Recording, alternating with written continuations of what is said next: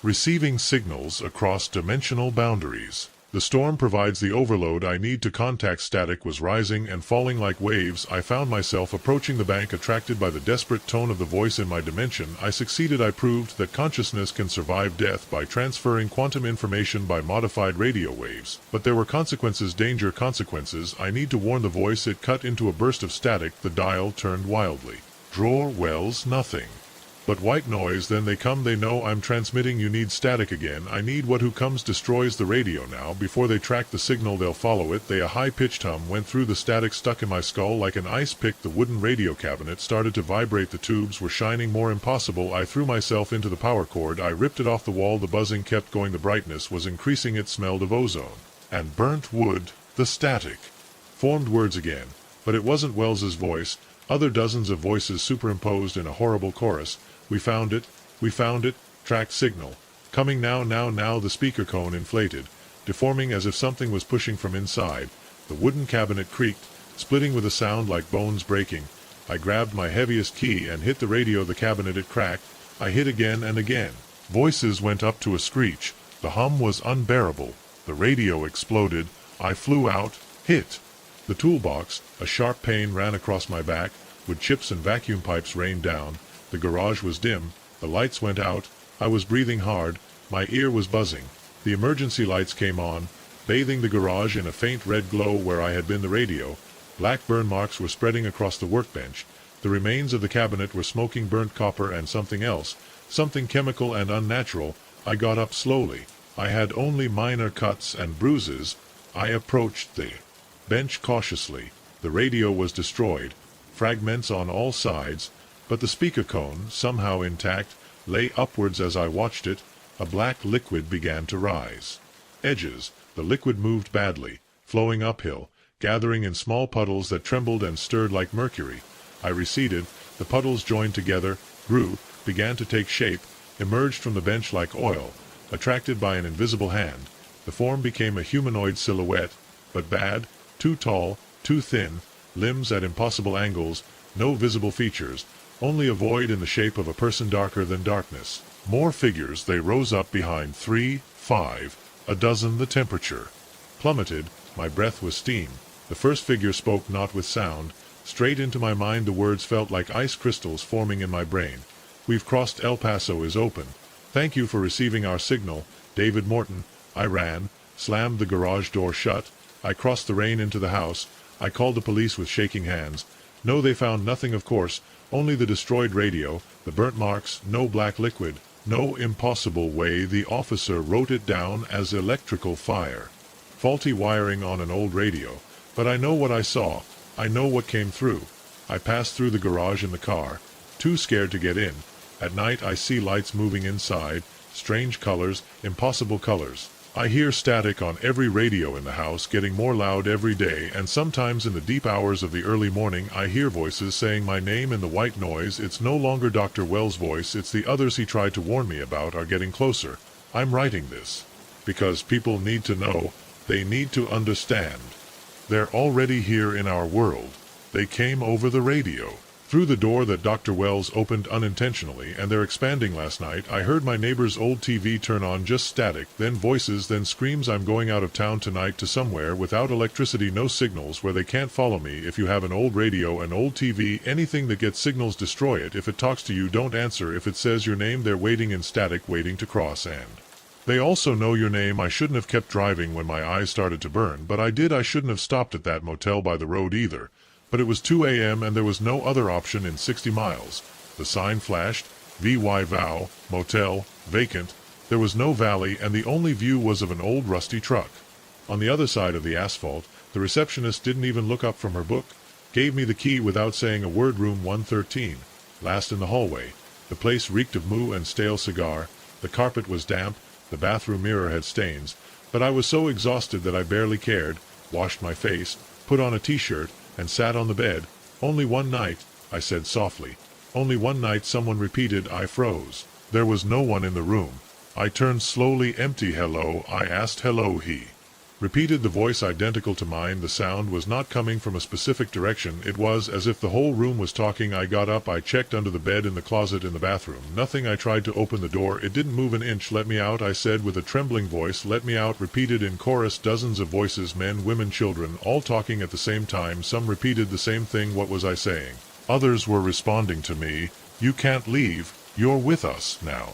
The TV turned on, only aesthetic. In its reflection I saw shadows moving around the room. I turned. Nobody. What do they want? I shouted. We want you to see what we are, said the voices in unison. The wallpaper began to move as if something was pushing from the other side. Humanoid shapes, faces that emerged and fell apart. I covered my ears, closed my eyes, and then silence. When I woke up it was daytime. The door was open. The room was empty. As if nothing had happened, I left without looking back. But since then sometimes I hear echoes of my own voice in places where there is no one, and when I see myself in the mirror there is only one moment when my reflection smiles before I do.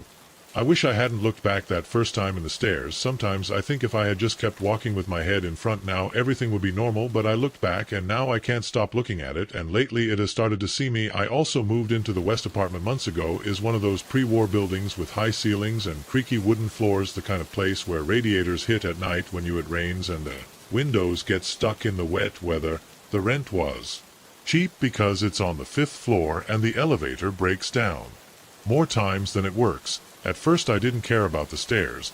I even thought of it as built-in exercise. The first time I noticed something was wrong was on a Tuesday night in October. I came back late from a dinner with colleagues around 11:30 a.m. At night, the lights in the lobby were dim as always. Mrs. Chen from 2B had been complaining to the administration for weeks about the blown light bulbs. I remember checking my mailbox. There was nothing but advertising, and I went to the stairs. The lights in the stairwell worked with motion sensors. They came on one break at a time. As you went up, I arrived at the landing on the 2nd floor when I heard it. The sound of footsteps behind. I stopped. The footsteps also stopped when I turned. There was no one, just my elongated shadow on the wall behind me cast by the overhead light. I shrugged my shoulders. Old buildings make noise, but when I started walking again the footsteps resumed, perfect echoes of mine. Barely half a second behind, I walked faster. The steps kept pace. By the time I reached my flat I was almost running. Forced JE with my keys. I walked into my apartment and slammed the door shut. Stood there in the darkness of the driveway, breathing hard, feeling stupid. Obviously it was just echoes on the staircase. The building was almost a century old. The acoustics, it was weird. I poured myself a drink and went to bed. The next few days were normal. I went up and down the stairs without incident. Sometimes the elevator was working and I took it instead. But one night, like a week later, it happened again.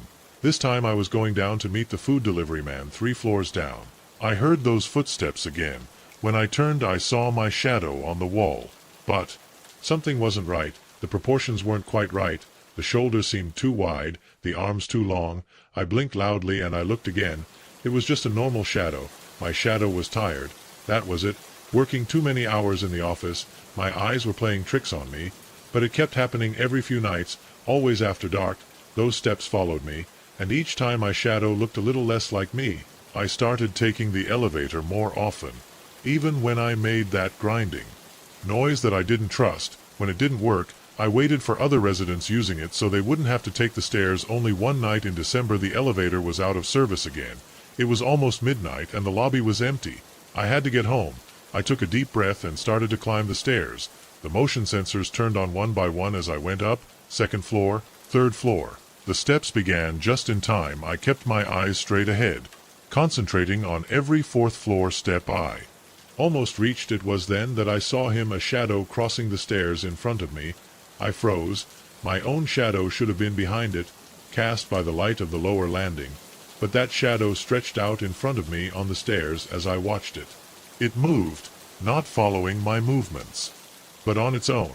Arms lengthened, head bent down. I ran. I didn't care about the noise. I ran up the stairs 2 by 2 looking for my keys before I even reached my apartment. Behind me the footsteps rumbled faster, no longer in sync with mine. I could hear a heavy breath that was not mine. I arrived at my apartment and slammed the door, slamming both locks. I stood trembling with my ears attentive to any sound in the hallway. Nothing usual. Building noises, radiator sounds, distant TV sounds. Someone's muffled conversation through the walls. After that night I started ordering more food at home, working from home, more often, anything to avoid stairs.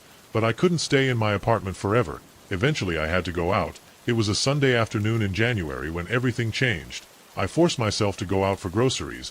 I had completely run out of coffee and other essentials. When I came back, I decided to take the stairs instead of waiting for the elevator that lately made. Even worse noises. I told myself that I was being ridiculous.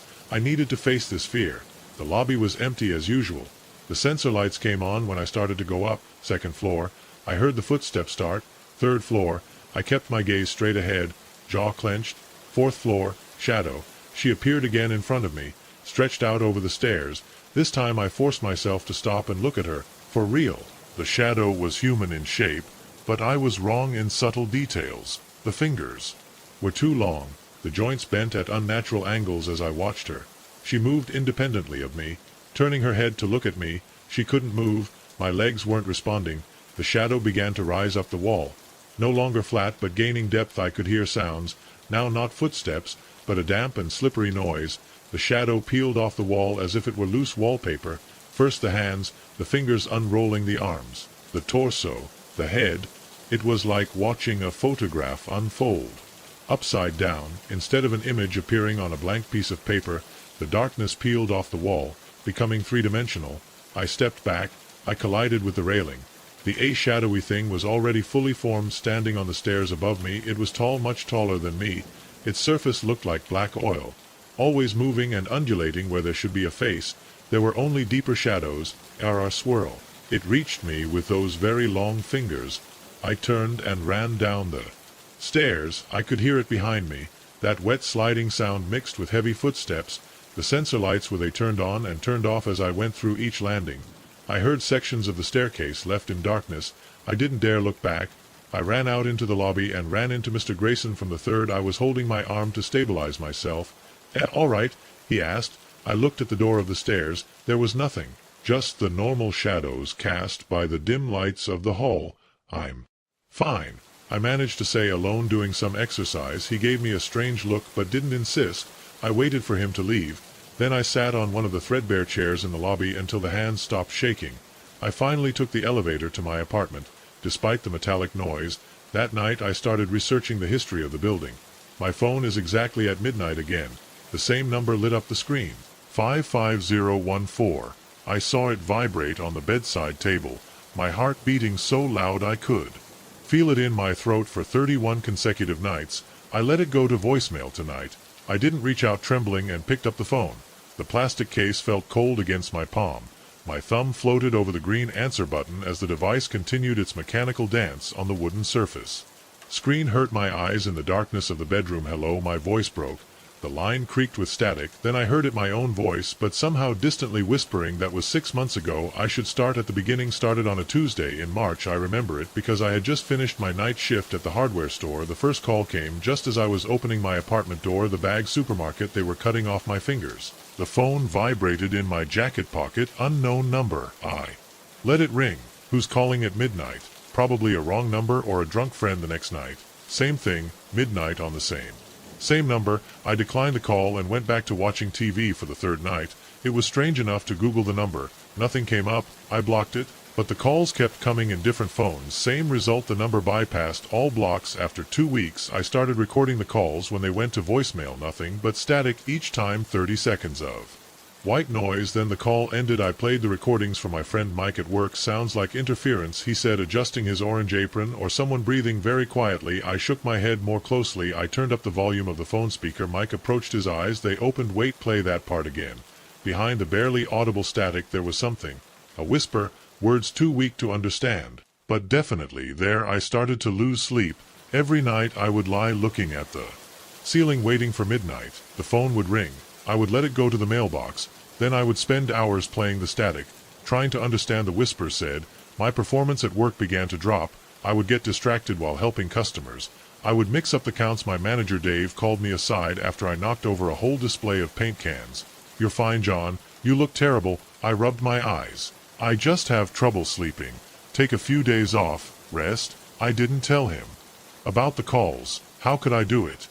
"Hey, boss, I don't sleep because a ghost calls me every night. It's not exactly a professional excuse. Free time made things worse. Without anything else focusing on the calls consumed me. I started recording them on various devices to pass the audio through different applications to clear the static. One recording sounded clearer than the others. I isolated a few seconds of whispers. I adjusted the audio and played it again. I lowered the tone. What I heard, my blood cold. John hears my own voice coming exactly the same tone and timbre that I had heard countless times in recordings. Customer service at work, but bad in some way, like hearing yourself underwater. I tried to call back during the day. The number you dialed is not in service. Always the same message.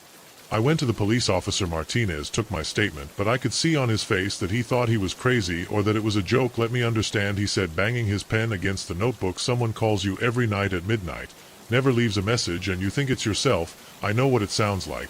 But listen, I played you the recording already edited. She shook her head. Sir, that could be anyone.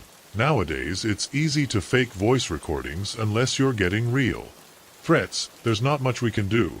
I started taking sleeping pills, trying not to put it together before midnight. It didn't work. The ringing of the phone woke me up every time, as if my body was programmed to respond to it. After a month I broke down. I had to know. That night I sat on the bed, phone in hand, watching the minutes go by. 11:58, 11:59, Las Palmas. My heart was sweating. My heart was racing. Midnight ring. I answered. The static was louder by the speaker. Then the whispers began. My voice. But not my voice. John Friend, listen carefully. Who you are. My real voice was shaking. You know who I need to warn are coming. Don't trust it.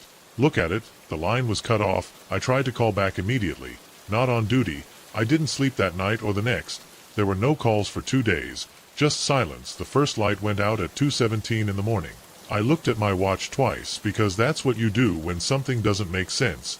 I worked in security at Riverside Tower for 3 years, and the motion sensors never failed, but there was the fluorescent panel at the end of the corridor east on the 14th floor. It just went off without warning. No flicker, just darkness. I straightened up in my chair at the security desk with my eyes fixed on the monitor. The hallway stretched out in crisp black and white. On the empty screen, the motion sensor, it showed no activity. But then the next panel of light dimmed and died, and the next one, like dominoes falling in slow motion, creating a wave of darkness moving towards the camera. My hand reached for the radio attached to my belt. The plastic was cold against my palm.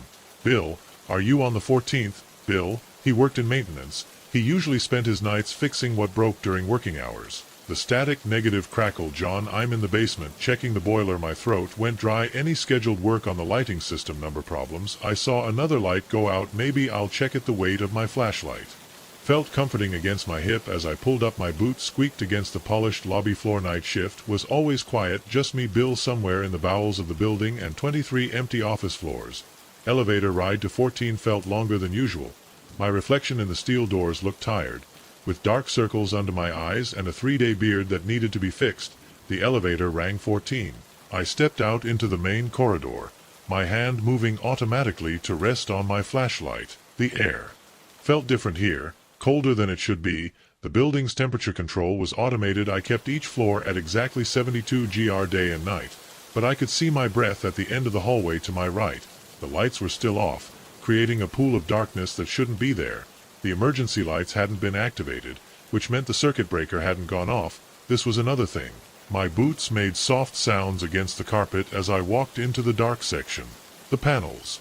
Fluorescent lights above me buzzed normally, but 6M ahead silence. No buzz, no light, only empty. I took out my flashlight and turned it on. The ace cut through the darkness, illuminating the gray carpet, the beige walls, the closed office doors. Nothing out of place. I swept the light from side to side as I walked. The carpet showed no footprints besides mine. A soft click behind me. I turned another light. I had turned off, closer to where my heart rate was. Quickened. The darkness was moving again, spreading in both directions, now in front of me and behind me. Click, click, click. 3 more panels went off. I activated my radio. Bill, I need you up here now. The static responded. I tried again. Nothing. The cold intensified. My fingers felt stiff around the flashlight. Click, click. The darkness was approaching panel by panel. I backed away, keeping my light focused on the carpet in front of me.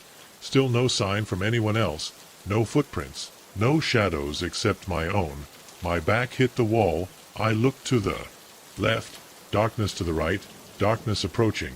Just a small circle of fluorescent light remained above me. The ace of the flashlight seemed weaker, now barely penetrating the unnatural black. The last panel flickered. Then I heard something. A sound like a breath, but wrong, too slow, too deep, the kind of breathing that comes from something bigger than human lungs. The light above me died. The ace of my flashlight provided the only illumination now, and it was definitely weaker. The battery was cool. I had changed it at the beginning of my shift, but the darkness seemed to be devouring the light, swallowing it. The sound of the breath came closer. I swept the disgust around me. Nothing, but I could feel something there just beyond where my light could reach. The air got even colder. The frost started to form on the walls. My radio crackled through the static. I heard Bill John's voice. "Where are you? The energy readings for the 14th are going crazy." I put the radio in my mouth, but before I could answer, something moved on the edge of my ace of light. Not a shadow. Shadows don't move against darkness. This was more like a void. A place where darkness was somehow darker. A place where darkness was somehow darker. It moved like oil under shapeless water. But I purposefully ran. The ace of the lantern bounced wildly as I ran down the hallway to the elevator. Darkness kept flowing throughout. From the walls and ceiling, the sound of breathing grew louder, filling the corridor with its wrong rhythm. My fingers struggled with the elevator call button. Nothing went by without light. No machinery buzzing. I turned to the emergency stairs instead. The door handle was icy, burning against my palm as I yanked open it. The stair lights were also off. I pointed my flashlight down. The ace barely illuminated the first steps. The sound of breathing echoed in the concrete space coming from above and below. Now multiple sources, multiple things. I had no choice. I started to go down, keeping one hand on the railing, moving as fast as I dared. The metal of the railing became colder. Under my palm, the frost spread in front of me, crunching as it formed 10 floors down. 9-0. The darkness kept flowing down the walls like water. My flashlight grew dimmer with each floor. The ace was barely visible. Now a faint glow that didn't illuminate anything. Something brushed my shoulder, cold, colder than ice, colder than anything I'd ever felt. My arm went numb. The flashlight slipped from my fingers, crashing against the steps. In the darkness, its faint light disappeared. I ran blindly, then counting the steps, praying I wouldn't miss one. The breath was around me, closer, closer and closer, the cold seeping into my bones. Another rose on my back. My legs went numb. I fell, holding myself against the wall. The concrete felt like frozen steel under my hands. I could no longer feel my fingers. The lobby was only 4 floors away. Only 4 more. I forced myself to stand up, moving my legs. The darkness pressed on me solidly. Now like being underwater. Each breath was harder than the last. The air felt thick, resistant. Something. He grabbed my ankle. I kicked without feeling anything solid, but the grip remained. The cold went up my leg. I couldn't feel the foot anymore, then my calf, then my knee. I threw myself forward, half falling down the next flight of stairs. The grip broke. I stumbled. I held on to the handrail. I kept moving. The breath was right behind me, now heavy, hungry. 3 floors, 2. The darkness was total. I couldn't even see my hand in front of my face, but I could feel them all around me. Spaces where darkness had weight and presence. They moved like sharks, circling their prey. 1 floor more. My legs were like lead. Each step was a battle against exhaustion and cold. The numbness had reached my hips. My chest felt frozen. Every breath pierced my lungs like ice daggers. I hit the lobby door at full blast speed, pushing it hard. Light flooded my face, my blessed vision, normal fluorescent light. I stumbled forward, panting behind me. The darkness boiled in the entrance, but I didn't move forward. The sound of breathing faded. I collapsed on the lobby floor, shaking uncontrollably.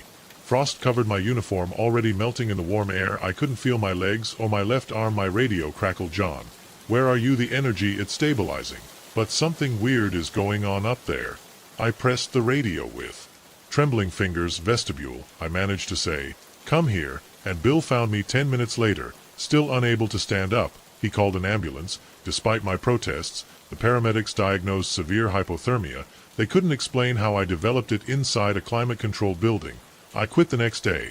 I couldn't face another night, another dark hallway. But I kept the news about Riverside Tower. 3 months later, a member of the cleaning team disappeared from the 14th floor. They found his cart in the east corridor covered in frost. 6 months later, an office worker who stayed working late also disappeared. The security cameras showed the lights going out one by one, just like that night. They never found her. Sometimes I pass in front of the building at night. I always look towards the 14th floor. Sometimes the lights are on. Everything seems normal. But other times I see the darkness moving behind the windows. And if I listen carefully, I can hear the deep, slow, hungry, wind-blown breathing. I don't work night shifts anymore, and I always leave the lights on. When people ask me why I left security, I tell them I wanted better hours. It's easier than explaining what happened. Easier than admitting that something impossible lives in that building. Easier than remembering the sound of that breath. But sometimes on cold nights, when I'm alone, I look at the shadows in the corners of my room and wonder if they're darker than they should be. I hear from a breath that's too slow, too deep, and I remember the lesson I learned that night. The darkness isn't empty. Sometimes it's hungry, sometimes home. I now keep a flashlight by my bed. The battery is always fresh. But sometimes when I turn it on in the middle of the night, the ace seems weaker than it should be, like something is devouring the light. Those nights I stay up until dawn, watching the shadows, waiting, listening, remembering the cold. They never managed to fix the lights on the 14th floor. Maintenance logs show dozens of attempts, new wiring, new panels, all new, but the lights keep going out one by one, moving as if something was walking down that corridor. I've thought about telling someone in authority, the police, the owners of the building, anyone, but who would believe me? What would I say? That the darkness is alive. What house that is patient, cold, and hungry? So I keep quiet. I work during the day. I avoid tall buildings. I leave the lights on. But sometimes when I come home late and pass in front of Riverside Tower, I look up at the 14th floor, and sometimes I just see a face in one of those dark windows. Not a human face, just a darker patch of feature-like shadow pressed against the glass watches me as I pass by and swear even through the closed windows of my car, even above the sound of traffic.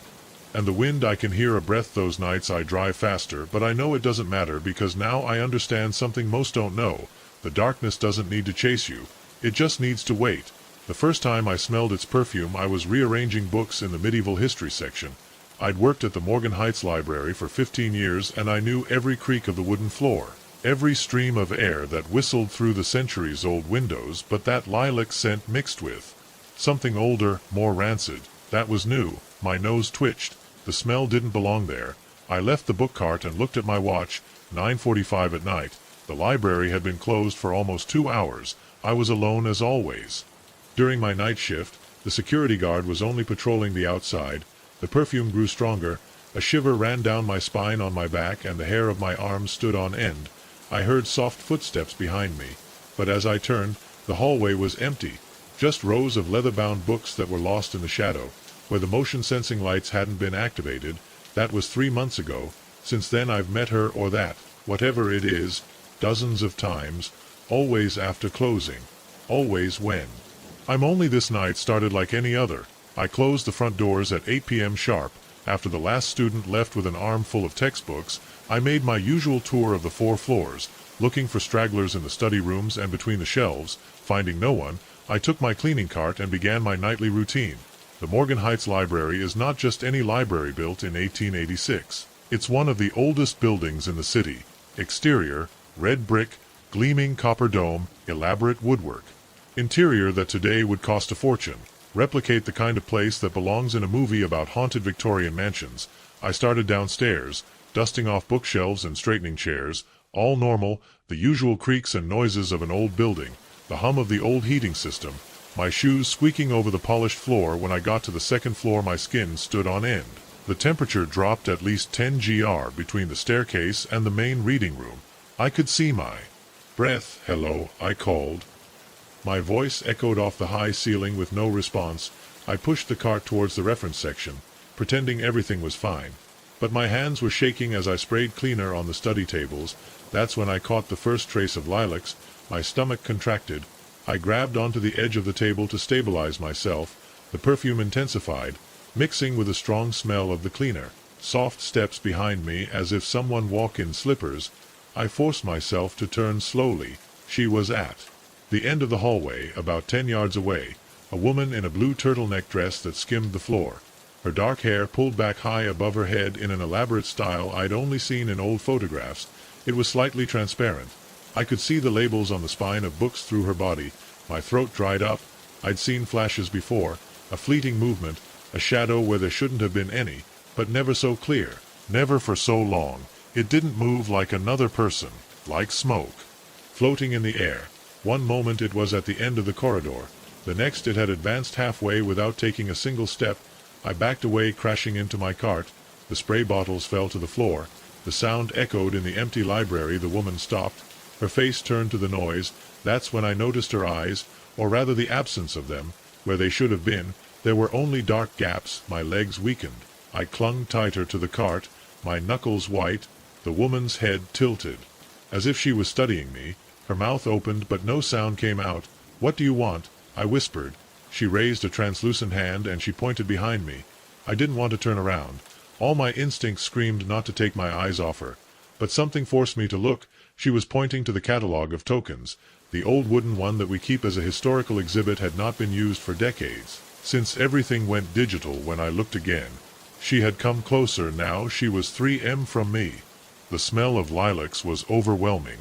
They brought tears to my eyes. The catalogue. I asked in a trembling voice, "Do you want me to look there?" She nodded, only a slight tilt of her chin. I took a deep breath and approached the catalogue. The woman stepped back, giving me space. My hands trembled as I opened one of the thin drawers. Hundreds of yellowed cards with faded typewriter ink. "Which one did I ask?" She pointed again, more insistently. I began to look at the cards. Nothing stood out, only standard library classifications, names of authors, titles. The temperature dropped even more. My teeth chattered. Frost formed on the wooden crate. "I don't understand what you want me to find," I said. She moved closer now, to a meter, close enough to see the intricate lace of her neck, close enough to notice that her dress had water stains around the hem, as if she had been walking in the rain. Reached out to the cards. Me, I shuddered. But it wasn't me I could reach. Her fingers went through the cards, stopping at one in particular. That card was covered in frost. I pulled it out with numb fingers. The ink was faded, but I could still read the text. Morgan Elizabeth A., Library Director, 1886 to 1902. My breath got stuck in my throat. Everyone who worked in the library knew Elizabeth Morgan. She was the first director when it opened. The building. Died in her office on the 4th floor, heart attack, according to the records. I looked up. Elizabeth was right in front of me now, so close I could see drops of water falling from her hair. From her dress. It wasn't rainwater. It was dark, cloudy, like pond water. The official records were wrong. I knew for sure. Elizabeth Morgan didn't die of a heart attack. She opened her mouth again. This time there was a sound, not words, but the gurgling of water in one throat, dark liquid gushing from the corners of his mouth. I ran, dropped the card, tipped the cart over, and ran downstairs. His gurgling followed me. The smell of lilacs chased me for 3 floors. I didn't stop until I reached the reception desk, where I collapsed, gasping for air. The ground floor was warm, normal, without a trace. Elizabeth's hands were shaking as I pulled out my phone and Googled Elizabeth Morgan, Director of Library, death 1905. Most of the results repeated the story of the heart attack, but one, an old article scanned on the website of the local historical society, caught my attention. The article mentioned that Elizabeth had last been seen working late on a stormy night. Her body was found the next morning in her office. The cause of death was noted as heart failure, but the article added that her clothes were inexplicably soaked, as if she had been swimming. Read more.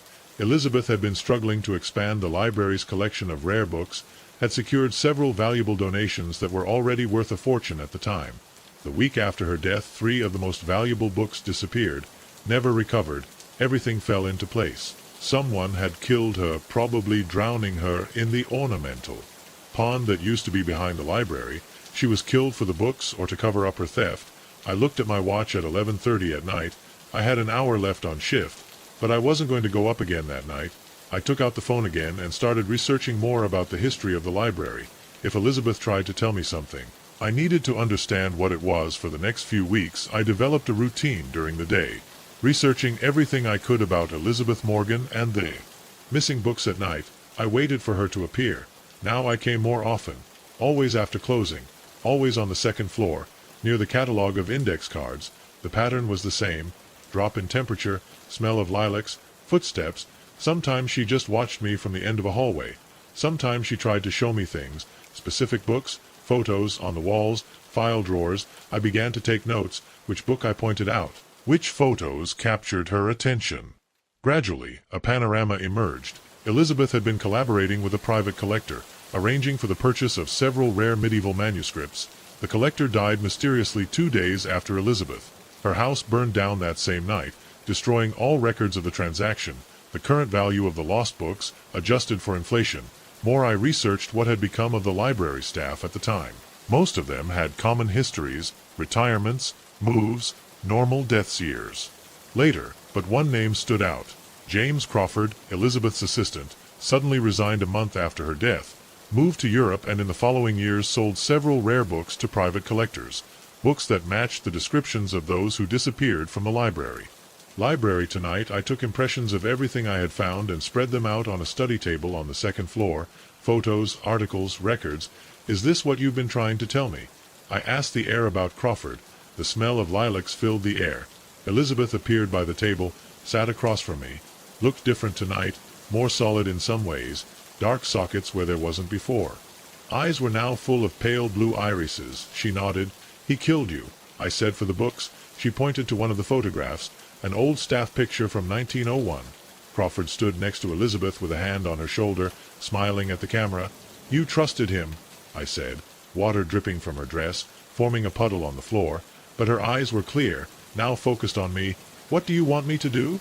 I asked. Dead. The books are probably scattered in private collections all over Europe. Shook her head and pointed to another piece of paper. A shipping manifest I found, dated 1903, listed 3 boxes of books sent from Crawford's address in London to a warehouse in our town. My eyes widened. Never gone. The books are still here somewhere.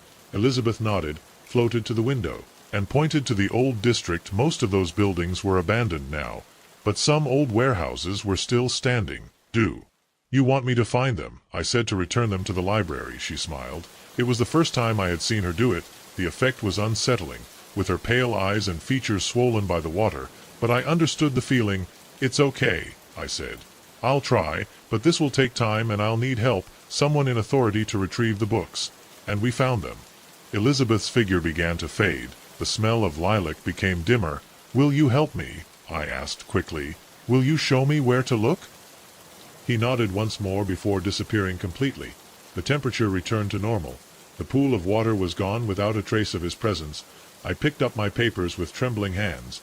A part of me still couldn't believe I was doing this, following the instructions of a ghost to solve a century-old robbery.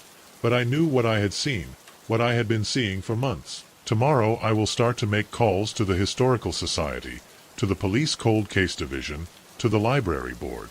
Someone will listen, and with Elizabeth's help, we'll find those books. I looked at my watch at 12:30 in the morning, end of my shift. As I packed my cleaning cart, caught one last puff of lilac perfume. Good night, Elizabeth, I said softly. The scent lingered for a moment, then faded, but I knew it would come back the next night. We had work to do. The first time I heard the footsteps, I was doing my 2 a.m. round in the science building. I stopped walking. They also walked again. They followed me.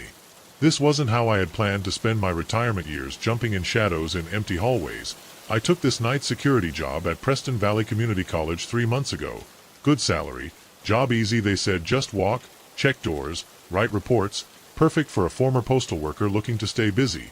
The earned shift supervisor handed me the keys, showed me the routes, and that was the whole campus. Spans 30 acres with 5 main buildings, all brick and glass, connected by covered walkways.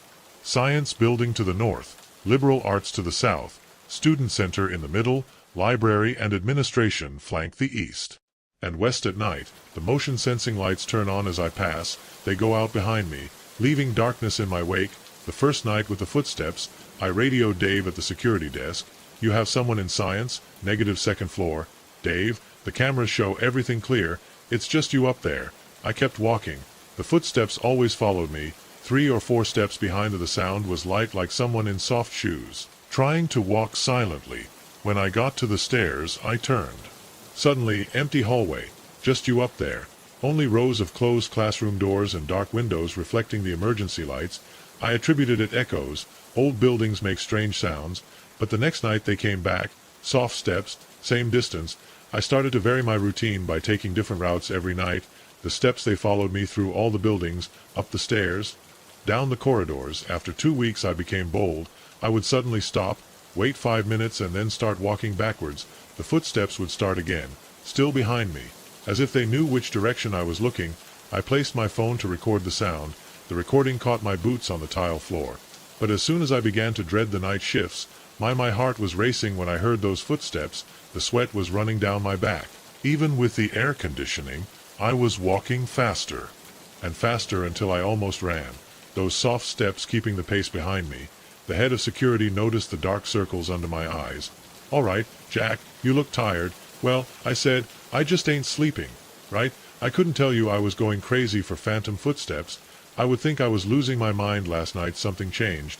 I was checking the third floor of liberal arts when the steps started, but this time they were closer, much closer. I could almost feel a breath in the back of my neck.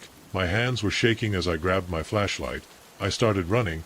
The steps ran with me. Right at my heels, I ran down the hallway, heart pounding. At the end of the corridor, I hit the fire door and walked in. The stairs, the door got stuck with something, closing just for a second, but it was enough to hear a soft laugh behind me. I called saying I was sick tonight. I told them I had the flu. I'm sitting at my kitchen table looking at my uniform hanging by the door. My shift starts in an hour. The phone is ringing. Probably Dave asking if I'll come. My hands don't stop shaking. 'Cause now I know something's following me in those hallways. Something that's getting braver. Closer, and sooner or later it's going to catch up with me. But I need this job.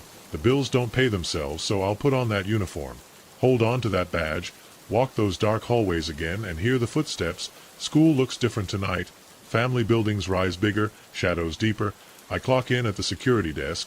Dave shoots me a look, but he doesn't mention my absence from yesterday. Quiet night so far, he says with his eyes on the monitor bench. Maintenance. Fixed that creaky door in science. Seat. I check my equipment, flashlight, radio, keys. I'm already sweating from Las Palmas. The clock strikes 10 p.m., 8 hours ahead.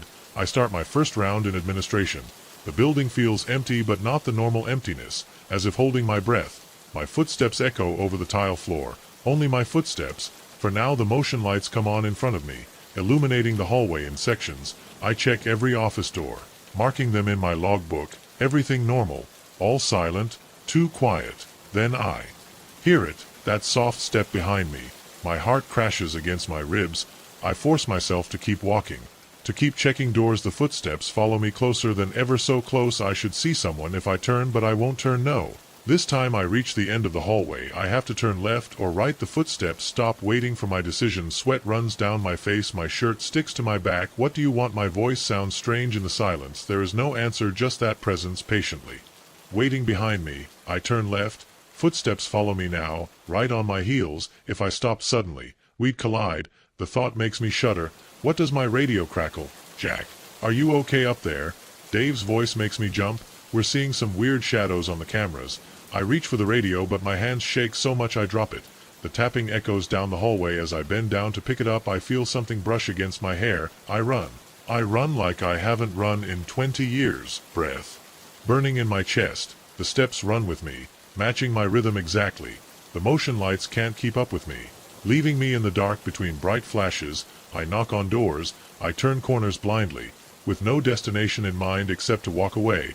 I end up in the library. 3 floors of books and shadows. The main reading room stretches out before my tables and chairs, dim shapes under the emergency light. I stop, hands on my knees, panting. The footsteps also stop right behind me. "What are you?" My voice trembles. "Why do you follow me?" A soft laugh like I heard on the stairs. Then something cold touches the back of my neck. I scream. The sound bounces off the high ceiling, comes back distorted. I run between the shelves, throwing books on the floor. The footsteps follow me without hurry now, as if they know I can't escape. My radio crackles again. "Jack, where are you? I'm going to call the police." I get to the back wall. There are no doors here, just windows that look out onto the dark campus. I turn my back against the glass. The footsteps slowly approach, closer, closer, closer. I can hear a breath, now not mine. The ace of my flashlight shows air empty. Then the cold touch again, this time on my face, like fingers tracing my cheek. I close my eyes. "Please," I whisper, "please leave me alone." The touch withdraws. The breath stops. When I open my eyes, I'm alone in the library. I really just slide down the wall. I sit on the floor. My radio is silent. Outside I see the police lights approaching the campus. That was ago 3 days. I quit the next morning. I let them keep my last paycheck. The new security guard starts tonight. "Young boy, push out, look strong." I should warn you about the steps, about what to expect in those dark hallways. But you wouldn't believe me. I wouldn't have believed. So I sit here in my apartment watching the sunset. In an hour the sensor lights will start to come on around campus. The new guard will start his rounds, and somewhere in those empty buildings the soft steps will start to follow him. I keep thinking about that laughter, about those cold fingers on my face. What was following me down those corridors was never human, and is still there waiting for the next one to walk those corridors. Only sometimes at night I think I hear footsteps in the hallway of my building. Soft steps that they stop outside my door, but that's crazy. Can't you follow me here? Can't you check the hallway anymore when I hear those footsteps? I just stand very still and hope they leave. Sometimes they do, sometimes no. I should never take that security job at the old Riverside Medical Center. The pay was good, $1 an hour, night shifts, guarding an empty building. But the money isn't worth it. What happened to me there? What is still happening to me? The first night seemed normal. I walked through the dark corridors with my flashlight, checking doors and windows. The place had been closed for 2 years since they opened the new hospital on the other side of town. Most of the team was gone. There were only empty rooms with bare walls and scattered debris, the paint peeling off the ceiling in long strips, the linoleum floor. It was cracked and covered in dust. I quickly got used to the routine. Start on the ground floor at 11 p.m., go up the 4 levels, then go down again. Repeat until 7 a.m. The building creaked and moaned, but that's normal in old structures. I wasn't bothered by the silence. After working 5 years in retail, the silence was a welcome change. Everything changed on my 4th night. I was doing my 3 o'clock in the morning when I heard it. A whisper came from room 237 on the 2nd floor. The sound was faint, like leaves moving in the wind. I stopped to listen to the whisper again, appear clearer this time. It seemed like several voices were speaking in unison. Too soft to understand the words, I pointed my flashlight through the door frame. The ace cut through the darkness. It was just another empty patient room with a bed frame. No mattress, bare walls, and the bathroom door closed. I entered cautiously, sweeping every corner with the flashlight. Nothing moved. The whispers ceased. My heart was pounding. As I checked the empty bathroom, I even looked under the bed frame, feeling ridiculous as I did so. The room was completely empty. I chalked it up to the ducts or pipes, and finished my rounds the next night. The whispers came back, same room, same time. This time they were louder, still unintelligible, but definitely various human voices speaking together in a low tone. I stood on the threshold paralyzed. The sound seemed to come from the center of the room, but there was nothing there. Hello, I called. I'm security. Is there anyone here? The whispers stopped instantly. I checked the room thoroughly again. Nothing. This went on for several nights. Every time I passed by the 237, the whispers started each night. They were a little louder, a little clearer. I started to fear that part of my round. My palms sweated as I got closer to the 2nd floor. Sometimes I skipped that section completely, going straight up to the 3rd floor. Then came the night when I heard my name. I was passing by the 237, keeping my eyes straight ahead when the whispers began. But this time, among the indistinct murmur, I heard it clearly. David. I stopped in my tracks. The whispers continued to grow in volume. Now I could make out more words. David, come in, David, we're waiting for you. My hands trembled as I pointed the flashlight inside. The voices, they seemed to be coming from everywhere and none at the same time. Several overlapping whispers, all saying my name, all calling me in. I backed off and practically ran to the stairs, called my supervisor and made an excuse about feeling sick. Left early that night, almost quit at that point, but needed the money. I felt stupid for being afraid of what was probably my imagination. I came back the next night promising myself that I would avoid it, for I filled the 2nd floor. That didn't work. The whispers started reaching me, even from the floor downstairs. I was walking down the hallway on the 1st floor, and I could hear them coming down from above. Dozens of voices calling to me, begging me to come upstairs. I started wearing headphones and listening to music during shifts. That helped for a few nights. Then the whispers started to go through the music, getting clearer and clearer, more insistent. The voices started following me all over the building, new things about me, my full name, where I lived, my mother's name, things from my childhood that no one else could know. David Michael Reynolds. Remember when you broke your arm at age 8? Remember the day your dog died? Remember the girl in high school? Come with us, David. Join us, David. I couldn't quit. I had bills to pay and the rent was coming up. I started taking anti-anxiety drugs. Before shifts I drank energy drinks to keep myself alert. Slept only a few hours a day, tormented by nightmares with whispering voices. Last night everything changed. I was making my 3 o'clock rounds to the music playing loudly on my headphones. When the power went out, the emergency lights didn't come on. I was plunged into total darkness save for the ace of my flashlight. The whispers started immediately, louder than they never came from all directions. Hundreds of voices calling my name, telling me to go to room 237. My flashlight started flashing. I ran to the stairs, but I got disoriented in the dark. Somehow I ended up in front of room 237. The whispers were deafening. My flashlight died completely in the blackness. I felt cold hands cling to my arms. Dozens of icy fingers were holding me. Crawling inside, I screamed and struggled, but there were too many. I was dragged into the room. The door slammed shut behind me. In the darkness, I felt bodies squeezing around me, silent, cold shapes getting closer and closer. Whispers filling my head, drowning out my own thoughts. You're home now, David. You're one of us, David. Stay with us, David. I don't remember what happened next. I woke up on the floor of room 237 when my replacement arrived for the turn of the morning. Found me curled up in a corner, shaking and muttering to myself, I quit that very morning, but it doesn't matter anymore. The whispers followed me home. They're with me all the time, now getting louder every day. They whisper to me when I'm alone. They whisper to me in my dreams. They tell me I belong to them, now that I'll be back soon. And they're right, I can feel it. The pull gets louder every day. It's harder for me to resist back to 237. My body longs to return. The whispers promise that the pain will stop if I just come home with them. I'm writing this as a warning. If you're offered a job at Riverside Medical Center, don't accept it no matter how good the money is. The whispers are waiting there, always waiting, always watching, always hungry for new voices to join their chorus. I have to go now. The whispers are louder. They're calling me back to room 237, and this time I don't think I can resist. They're right, I belong with them. We all do it eventually. Listen carefully. Can you hear them? They're saying your name. I also saw it for the first time on October 12th. I remember the date because it was my birthday, and I was walking home after having a drink with some co-workers. The old Victorian house was still standing as always in Cedar Street, with its dark windows covered with worn boards. But that night something was wrong. Something was different. A movement caught my attention.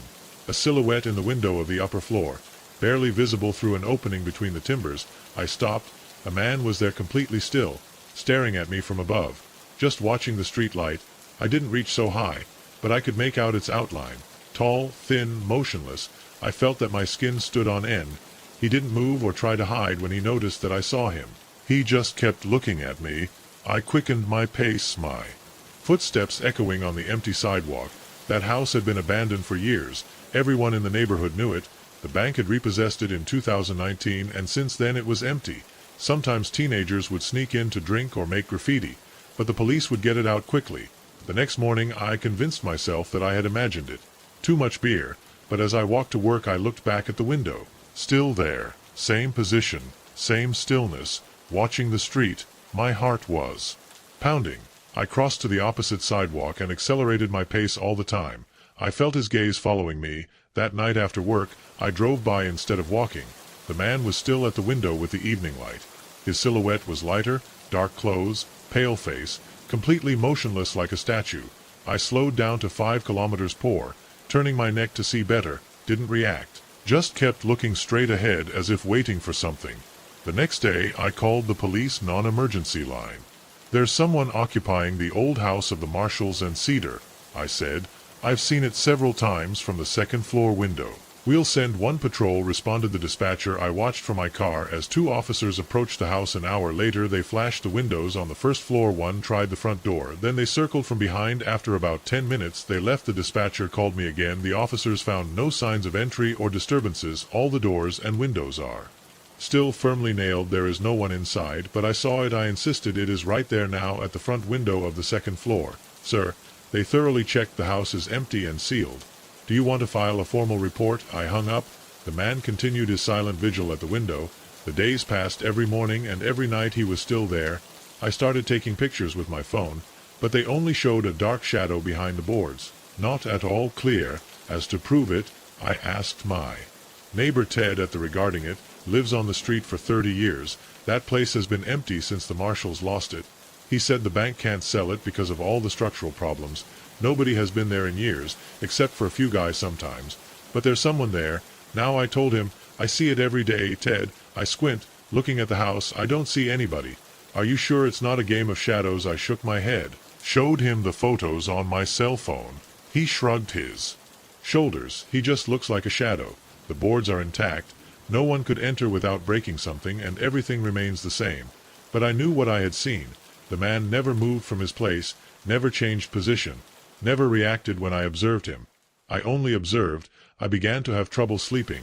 Every time I closed my eyes I saw him there on the floor.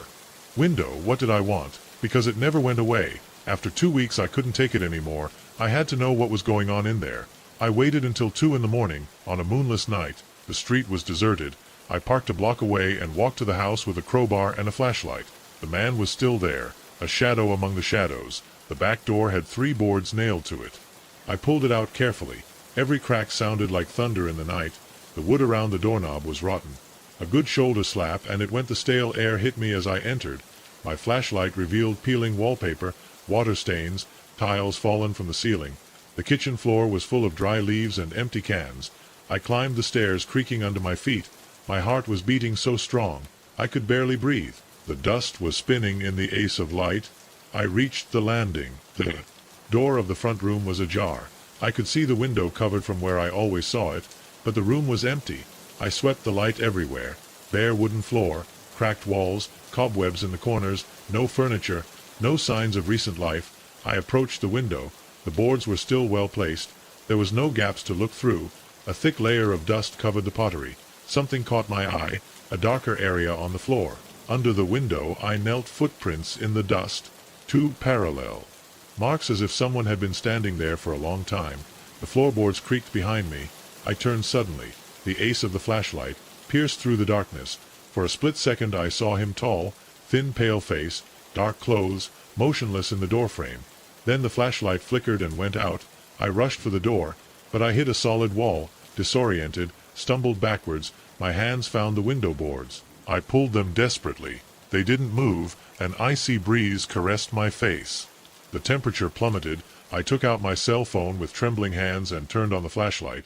The room was empty. Another one time.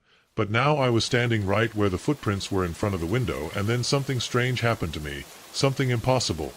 I felt like I couldn't move. My body was frozen in place, my arms at my sides, my head looking out. Total paralysis through the cracks in the boards. I could see the sidewalk below, exactly where I walked every day. A hurried man walked down the street looking towards the window. Nervously I recognized it.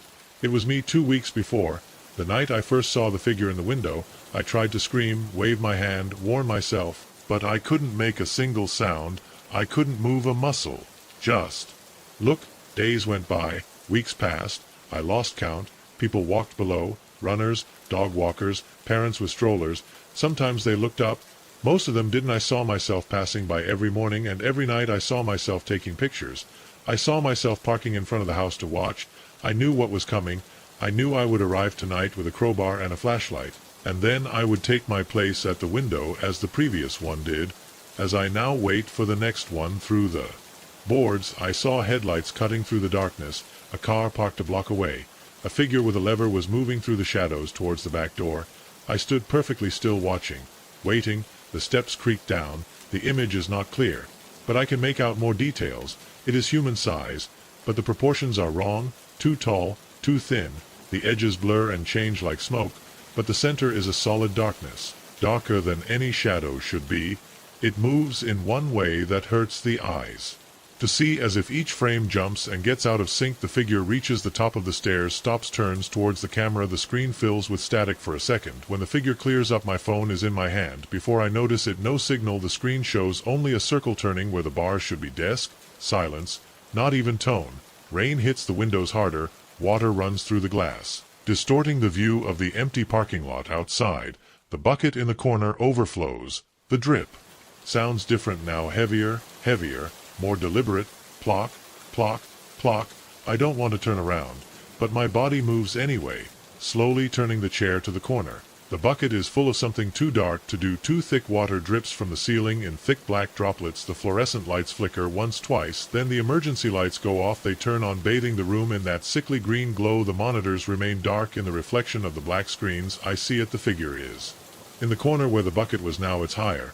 The edges are still smoking and blurring, but I can see what it could be. Eyes. What could be a mouth opening wider than any mouth should. My body doesn't move. Can't move. The air feels thick, like trying to breathe underwater. The figure slides towards me. Soundless steps, except the rain and my heart and that wet drip. Plock, plock, plock. Spreads towards me with what could be a hand. Fingers too long. Too many joints. Emergency lights flash and in. That choppy green glow, I see what it really is. Scream. The sound comes out of my throat, raw and animal. The figure lunges forward. The lights go out completely. They found me the next morning. When the day shift came, I was curled up under the desk, clothes soaked in sweat, voiceless from so much screaming. The security cameras showed nothing. Only empty corridors and static. The bucket in the corner was completely dry. I quit that same day. I got a new job in a warehouse across town.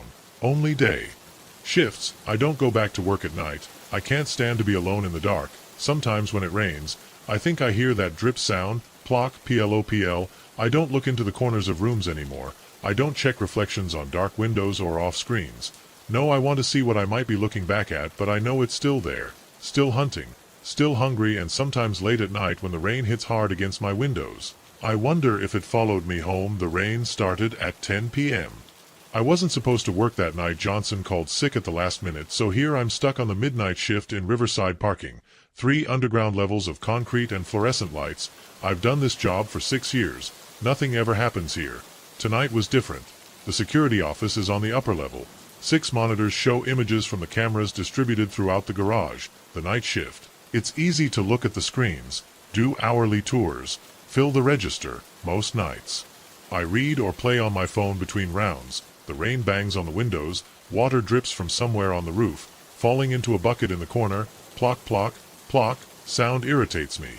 With time I look at my watch. 1:15 in the morning. Time for another tour. I glance at the monitors before going down. Level 1 is half full, mostly monthly permit holders who leave their cars overnight. Level 2 is almost empty. Level 3, it has only 3 cars scattered in the background. Normal for A. Tuesday, something moves on monitor 3. I lean towards the screen. A dark silhouette slides between 2 cars on level 2. My hand freezes on the desk. The figure disappears as quickly as it appeared. It could be a failure in the signal. These cameras are old. Rebovino, the recording. There it is at 1:16:42. The silhouette passes from the left. A right, crouched, very quick to make out details. Too dark to be a person. Too solid to be a shadow caused by headlights. I feel a lump in my throat. I take my flashlight and radio. Its weight in my hands reassures me. Standard procedure indicates investigating any unusual activity. I've done it hundreds of times. Usually it's teenagers sneaking in or homeless people seeking shelter. This feels different. The hallway crashes behind me. My footsteps echo on the concrete walls. The emergency lights cast a greenish, sickly glow. Level 1 is quiet. Some puddles have formed where water seeps through the ceiling. The air smells of wet asphalt and escapes. Level 2 is darker. Half the fluorescent tubes are burned. Shadows cluster in the corners. Swept my flashlight over empty spaces. Nothing moves. The ventilation system hums. Water drips somewhere in the distance. My radio spark is adjusting the volume. More static than silence. Probably interference by concrete walls happens. Sometimes during storms I check between each car. Mentally row A clear, row B clear. My palms are sweaty on the flashlight handle. Row C clear. The ace of light catches something at the end of row D. A puddle reflects the light back at me. Nothing else. The temperature seems to drop with every step I take deeper into the garage. My breath condenses in front of me. That's not normal for August, not even underground. My skin crawls. A sound behind me, like something sliding on the concrete. I turn. The ace of the flashlight cuts the empty air. My heart beats against my ribs. Sweat runs down my back. Despite the cold, security. I call. Is there anyone here? My voice sounds weak. The garage angle it. Another sound closer. Now a soft rose like rubber soles.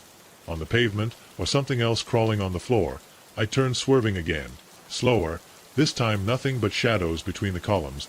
My radio explodes in a burst of static. I almost drop it into the white noise. I hear something that could be words or breathing or neither. With this I will return to the office to ask for reinforcements. Fast way to the stairs, forcing myself not to run. The ace of the flashlight jumps with each step. Shadows jump and dance on the walls. The stairwell door seems to be farther away than before. My footsteps sound bad, like there's an out-of-phase echo, like something is walking just a few steps behind. Don't look back, don't run. I'm almost there. I reach for the doorknob. The metal is frozen against my palm. Behind me the shuffling sound gets louder, closer. My fingers trip over the handle. The door, it opens with a metallic screech. I climb the stairs 2 by 2. The echo of footsteps continues behind me. It doesn't quite match my rhythm. It's not quite human. I jump to the security office. I slam the door shut. I lock it. For a long moment I just breathe hard. The sweat soaks my shirt. My hands tremble as I put down the flashlight and the radio. The monitors show empty spaces. No, there's movement. There's no shadows, just concrete, cars and flashing lights of movement on the monitor.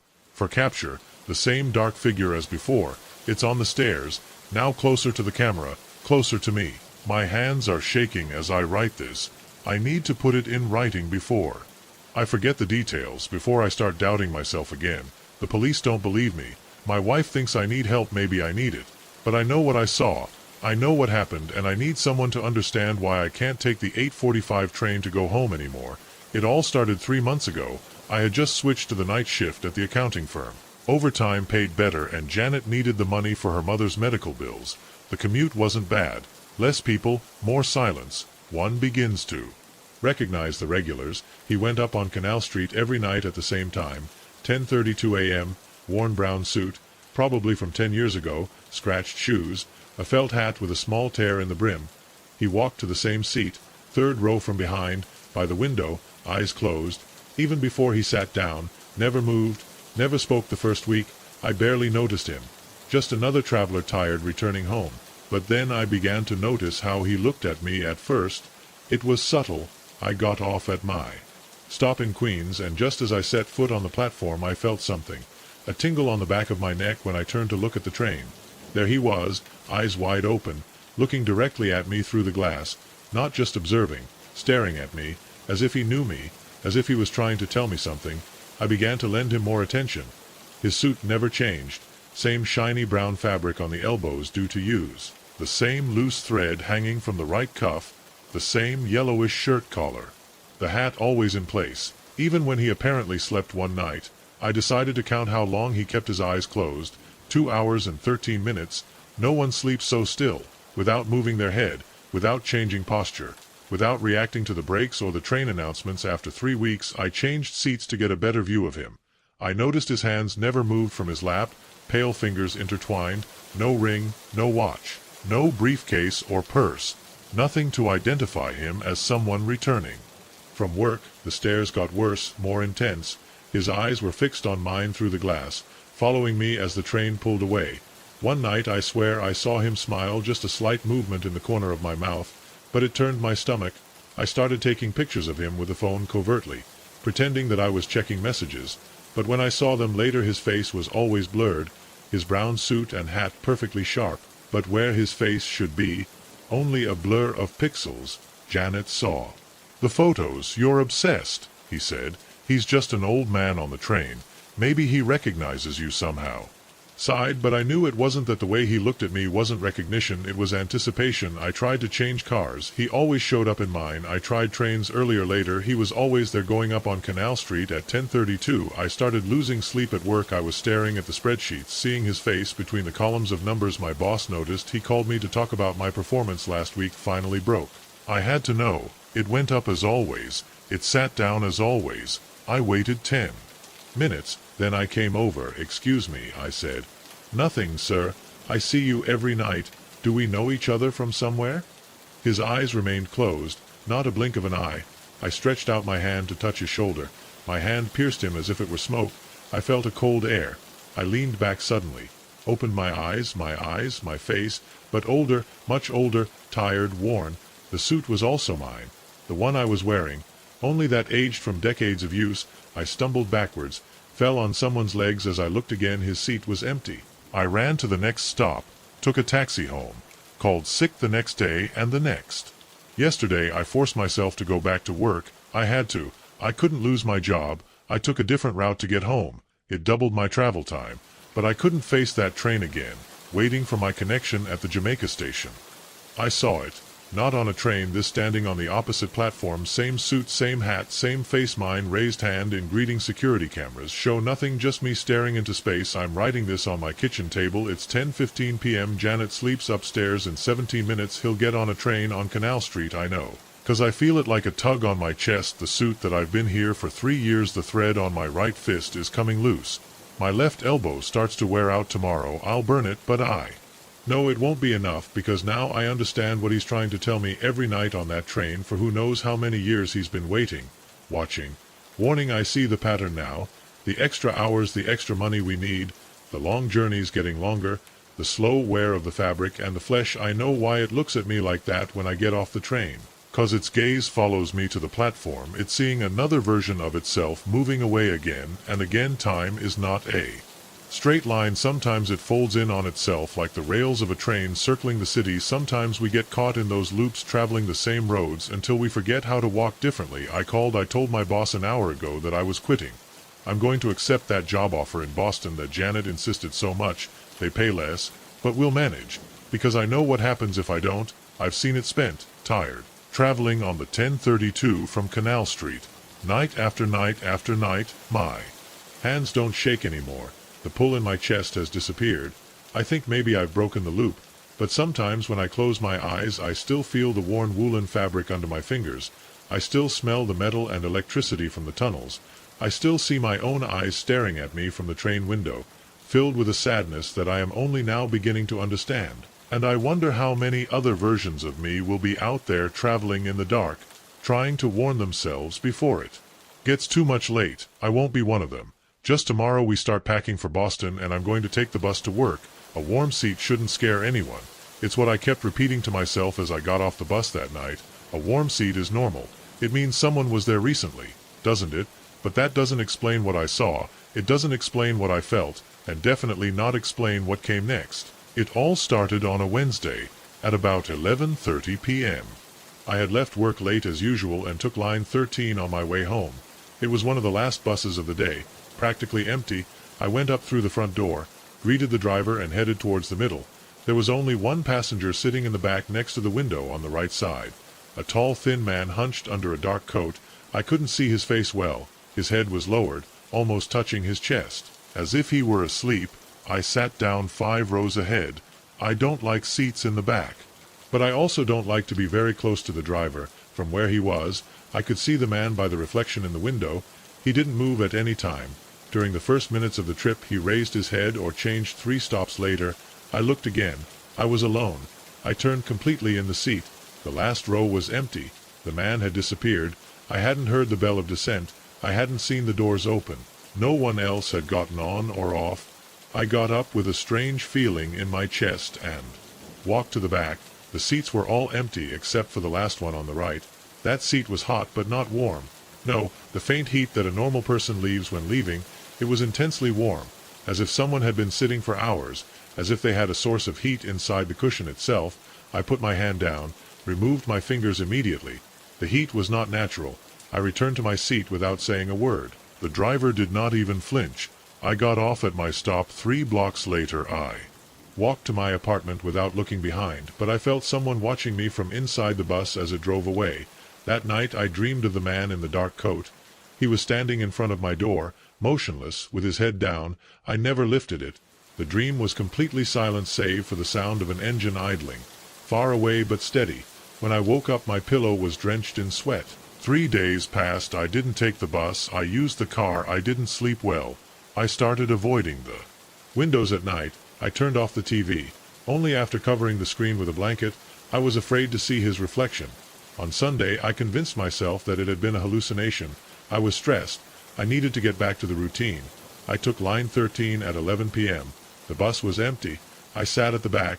This time at first nothing happened. We moved forward 3, 4 stops. Then I felt the seat to my right start to heat up very slowly, as if something invisible was sitting next to me. There was no one there. I stared at it. It didn't compress, it didn't move, but the heat was real and it grew. I felt the sweat slide down my back. The bus stopped. No one got on. I got up and changed seats, this time closer to the front. The driver looked at me from the rearview mirror. His eyes were unusually open, as if he also felt something, as if he knew when I got down. I heard him for the first time, an almost inaudible whisper right next to my ear. "Why did you leave?" I ran. I didn't look. Back the next night, I drove. I double-locked the doors. I put on loud music. Still, when I got into bed I found pressure marks on the pillow next to mine, like if someone had been lying there watching me sleep. Since then the heat follows me in my car, in the passenger seat on the subway, when I change lines, in the empty chair in front of me, in the cafeteria. Always a slight rise in temperature, a trace, a presence. Sometimes at night, I swear I hear that engine in the background, and the whisper has returned. That was my place last night. When I got home I found an old bus ticket on my coffee table. It was damp like it had been in a sweaty pocket. It wasn't mine. It couldn't be today. The security camera in the lobby hasn't worked for 3 weeks. I know because I've been putting off calling maintenance. That detail stuck in my mind now. Maybe if it had been operational, I would have proof of what I saw that night at Lakeside Resort. I've been working the night shift at the front desk for 8 months after midnight. Not much happens at a lakeside resort in October. Summer crowds are gone. Fall colors are fading now. Most nights I just do paperwork and watch Netflix on the phone. That changed on October 12th. The wind picked up around 1 a.m., making the windows vibrate from the front. The temperature dropped quickly. I could feel the icy current coming through the revolving door. Only 3 rooms were occupied that night. A business traveler on the 204, an older couple on the 312, and a family with 2 children on the 318.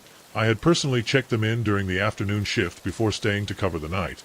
I was updating the maintenance log when a movement caught my attention through the lobby windows. A man walking across the lawn toward the lake wore an old suit, one of those with high-waisted pants and wide lapels, dark fabric, perhaps navy blue, a wide-brimmed hat. Who wears a fedora today? The way he walked seemed wrong, fluid, almost gliding as if his feet barely touched the lawn. And despite the wind that shook the trees, his clothes didn't move at all. I grabbed my flashlight and my keycard. Resort policy says we must review any outdoor guest activity after midnight for legal reasons. But also something felt off with that guy. "Sir, you can't," I managed to say as I walked out the front door. The wind hit me hard, so cold that it made me cry. "Sir, the lake is closed for the night." He kept walking straight to the shore. I ran to catch up with him, my boots crunching on the frosty grass. The ace of my flashlight bounced off his back, but he looked weaker than usual, like the light couldn't reach him. "Hey, go back to the building." I was already about 6 meters behind him, close enough to see more details of his clothes. The suit wasn't just old-fashioned. It looked like something out of a movie in black and white. The fabric had a strange, almost translucent sheen under the lantern. He reached the wooden promenade that borders the lake. His shoes made no sound on the planks. Mine rumbled with every step. "Stop!" I ran there, closing the distance. "It's forbidden to go from here." The man stopped at the edge of the pier, turned his head slowly to look at me. The ace of the lantern literally went through it. I could see the lake through his body as if it were made of smoke or dirty glass. His face God. His face pale as milk, with dark holes where his eyes should have been. My legs froze. The flashlight slipped from my numb hands and fell to the dock. The man opened his mouth, perhaps to smile, showing only blackness inside. Then he stepped forward, not over the water through she as if she walked through a door without splashing, without waves. 1 second she was there, the next she was completely gone. I froze maybe 5 minutes still looking at the place where the wind disappeared. The lake calmed down. It was like a mirror. My chest hurt when I realized that. I had been holding my breath. Finally the training and protocol were activated. I picked up the flashlight with trembling hands and swept the handles on the surface of the water. Nothing. Only small waves licking the pilings. I checked the dock and the shore for footprints. Only mine were visible in the frost. Inside, I opened the guest register on the computer. I checked every check-in of the last week. No male guest. Only except for the one from the 204, whom I saw come up with his briefcase hours ago. I opened the emergency procedures manual. Nothing about ghostly apparitions typical. My hands were still shaking as I picked up the phone and called Jerry. The hotel manager rang 6 times before going to mailbox. "Jerry, I'm Mark at the front desk. Sorry for calling so late, but something weird happened. Call me as soon as you hear this. It's important." I spent the next hour checking the security footage, but the cameras only cover the parking lot and the back entrance. Nothing shows the lake area. About at 3 in the morning I started to review old archives of the resort. Most of them are digitized, but we keep physical books from the 30s in a room behind the counter. Yellowed record books with elegant writing. I am not sure why I searched for October. Intuition. I was looking at decades of October records. Nothing attracted attention until I got to 1943. The calligraphy was different, more hurried, as if who was writing was upset.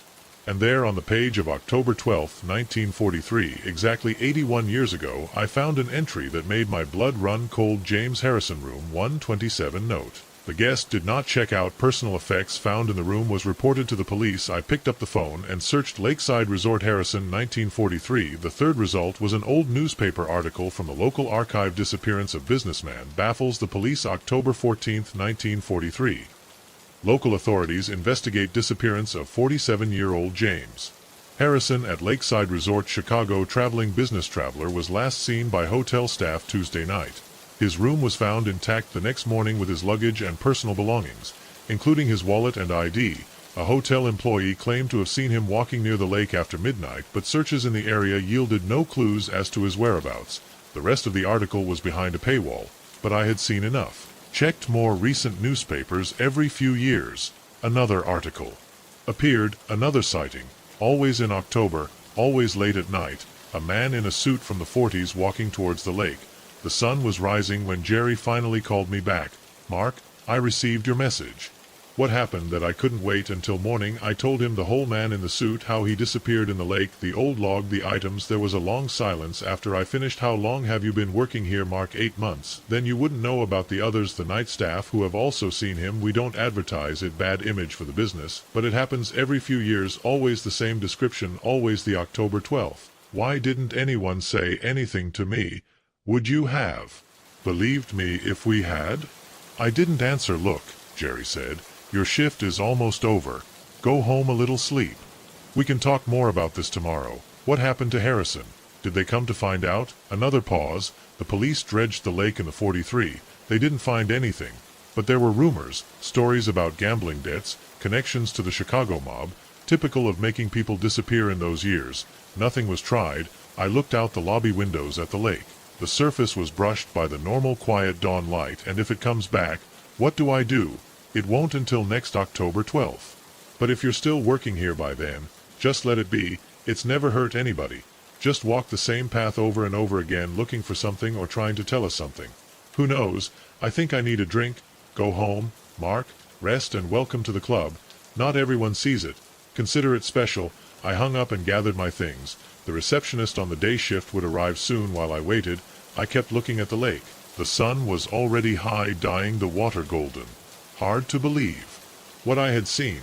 Just a few hours before a family came down to a breakfast, the room 318. The kids glued their faces to the lobby windows, pointing to some ducks swimming near the shore. Their mother called them to the dining room. Normal tourist things on a normal morning. But she knew she would come back that night and the next, and every night until she found out what really happened to James Harrison.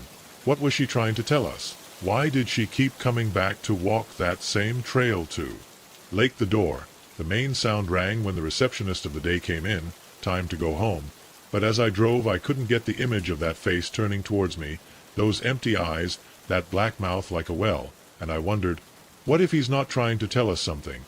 What if he's trying to warn us about whatever awaits him in the lake, whatever that took him away? October night 81 years ago. I guess I'll find out on October 12th. Comes back every year, and now I know what to look for, but next time I'll take a working camera, and I won't let it get on the water. I have questions for James Harrison, and I think he's got answers. Sean, a warm seat on the bus shouldn't scare anyone. That I kept repeating to myself on the way home that night, but I couldn't stop thinking on what happened. I still can't. The doctors say writing it down might help, so here's everything that happened in the garage that night, just the facts. I've been working the night shift for City Transit for 6 years. My job is simple. Check the buses when they come back, make sure they're empty, register lost items, and get them ready for the morning shift. Nothing exciting ever happens until 3 weeks ago. It was Tuesday, October 12th. The digital clock on the garage wall read 11:42 p.m. when bus 247 arrived. Jerry, the driver, greeted me as always. He never checks the bus himself. That's my job. I waited for the engine noise to go out, the metal cooling down to those typical popping sounds, garage lights buzzing upstairs. Everything normal. I took my flashlight and clipboard, walked to the front door, and I went up. The procedure is standard. Walk to the bottom, checking each row, look for sleeping passengers, abandoned bags, anything out of place. I had done it thousands of times. The rubber floor creaked under my boots. The hazard lights threw their faint glow halfway down the aisle. I heard it, a soft sound like fabric rubbing against fabric. It came from the bottom. I stopped and pointed the flashlight at the back seats. That's when I saw it. A figure sitting in the back row, right side. Only a dark silhouette against the window. The light ace of my flashlight illuminated what looked like the back of a head, dark hair, perhaps the collar of a coat. "The bus is closed," I said aloud. Nothing, not an answer. I took another step. "Sir, ma'am, you must get out of the vehicle." Silence, not a single movement. My heart began to beat faster. Sweat covered my palms, causing the flashlight to slip. I thought about calling security, but they would only tell me to handle it. That was my job. It was 5 rows. It's their last warning. I'm getting closer. You must get out. For rows 3, the figure remained perfectly motionless, not breathing, not moving.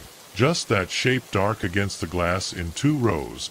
My flashlight picked up something strange. The edges of the figure looked badly blurred like heat waves coming off the asphalt. 1 row, my hands were shaking. The ace of light was dancing on the empty back seat. I blinked, I looked again.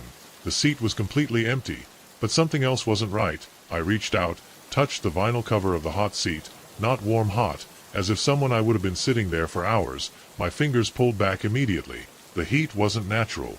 The bus seats cooled down fast. It was October, the nights were cold, again. Never reported anything strange.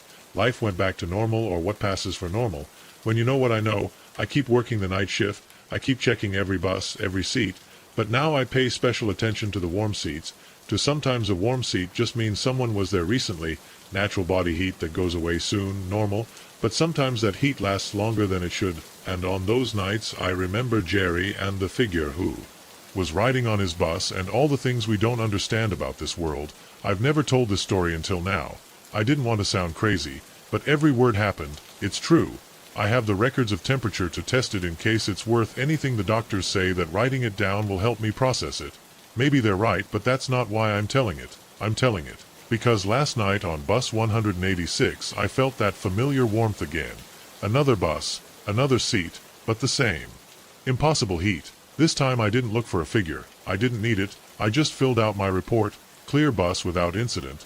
But now I'm watching the driver of the 186 bus, making sure he stays healthy, safe, because whatever gets on our buses past midnight, whatever leaves those warm seats behind, it's not over. And I don't think Jerry was his first passenger, nor his last. This felt like body heat, but stronger, more inadequate. I staggered back. I almost fell off the ace of the flashlight. I swept the windows, the ceiling, the others. Seats all empty. The bus felt different now, heavier. The air was thick. I ran without even trying to hide it. I ran down the aisle. My boots hit the floor. The front door seemed to be miles away. I jumped out into the garage, panting. Other buses were in their dark and quiet places. The fluorescent lights buzzed. Everything seemed normal, but I couldn't get back in. I didn't just call Mike, the security guard of the night shift. My voice was shaking. As I explained to him, he didn't laugh. Mike has been working here for 20 years. He's seen things too. We came back together. Mike had his pepper spray in his hand, stupid against whatever. But it made us feel better. The bus seemed ordinary. Now we checked every seat. The last row had cooled down. There was no sign that anyone or anything had been there. I filled out my report. Bus 247 cleared without incident. What else could I write? No one believes in ghost stories. But I hadn't finished. The next night, the 247 bus arrived at the same time. I was about to call in sick, but I needed the job. Everything seemed normal at first. Same procedure, same floor that screeches, same emergency lights in the middle of the hallway. My flashlight picked up movement in the background. My throat closed. The figure was sitting in the same place. Dark shadow, featureless, blurred edges like a mirage. This time I didn't say anything. I didn't get closer. I just observed. It disappeared in the blink of an eye, and the next faded away. The seat shone again with that unnatural heat. This happened 5 more times that week. Always the 247 bus, always the last row, right side, always the same figure that disappeared when I approached. Leaving that disturbing heat, I began to document everything. Schedules, temperatures, weather conditions. The seat, it always read 98.77 GR Fahrenheit just after the figure disappeared. Exactly the temperature of the human body. The heat lasted exactly 7 minutes and 13 seconds before cooling down. I looked in the old records. The history of bus 247 showed nothing out of the ordinary. No accidents, no deaths, no missing people. But I found something else. The driver Jerry had been assigned to this route exactly 3 weeks before. Just when everything started, I waited for him the next night. Hey Jerry, have you noticed anything strange on your route lately? He tensed up. He didn't look me in the eye, like someone sitting in the back who disappears. His face paled. You too? Have you seen him for hours? Jerry had noticed it first 3 weeks ago. A passenger got on at the Miller Street stop. He paid the fare, walked to the back. Jerry didn't see his face well at the end from the journey. The passenger had not gotten off. Jerry called. There was no answer. When he turned to look, the figure disappeared. But the seat was hot every night. Since then, the same stop, same seat, same disappearance. We decided to investigate the next night. I got on with Jerry on his route. We arrived at the Miller Street stop at 10:47 at night. There was no one waiting, but the doors of the bus opened by themselves. Heavy footsteps sounded when going up the stairs. The fare reader beeped recording a payment, but no one was visible. We watched in the rearview mirror as the cushion of the back seat was compressed as if someone was sitting down, but there was no way to see it. 7 minutes. Later the mark disappeared. The seat returned to its usual shape. Although it was radiating that familiar warmth, we repeated the experiment for a week. Always the same results. We took videos, but you couldn't see anything. Just an empty seat that got hot for no apparent reason. I couldn't sleep anymore. I spent my days investigating similar cases. I didn't find anything identical, but I did find many ghost passenger stories on public transport. Most of them were treated as urban legends. So, Jerry didn't show up for his turn. He called saying he was sick. The substitute driver didn't report anything unusual the next day. The same on the 3rd we got the news. Jerry had died in his sleep, heart attack. They said he was only 42 years old that night. Bus 247 came back with its new driver. I almost didn't check it, but I needed to know the figure. He was sitting in the back as always. But something had changed. Now I could see a face in the dark. Jerry's face smiled at me, a sad smile.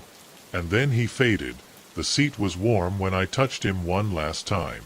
The 247 bus didn't show another ghost passenger again. After that, the new driver never reported anything strange. Life went back to normal.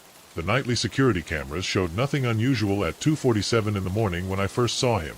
Just empty hallways and dark offices on the 12th floor of the Meridian building. But there he was on the 10th floor. A black figure standing motionless next to the window flickered loudly, and I approached the grainy screen. The figure didn't move. I worked in security in this building for 6 years. I know every corner, every shadow cast by the streetlights outside. This was different. The silhouette was human size, but something didn't add up. Too dark, too still. My mouth went dry while watching it. The radio crackled. Everything was fine over there. Mike was Dave at the reception. Yes, I said with a broken voice. I just thought I saw something in the 10. Probably nothing. Do you want me to check it? No. I got up. The chair squeaked against the floor. The protocol said that we should investigate any possible intrusion, even if it seemed just a game of shadows. The elevator ride seemed eternal. My hand did not stop looking for pepper spray in my belt. The building was completely closed. Card access after 6 p.m. Motion sensors on each floor. Cameras covering all angles. No one could have entered without us knowing. The elevator doors opened with a soft ding. The 10th floor was dark, save for the dim glow of exit signs and city lights filtering through the windows. I took out my flashlight and swept with the ace between the empty cubicles. Nothing had moved. My footsteps echoed as I advanced to the window where I had seen the figure. The space was empty.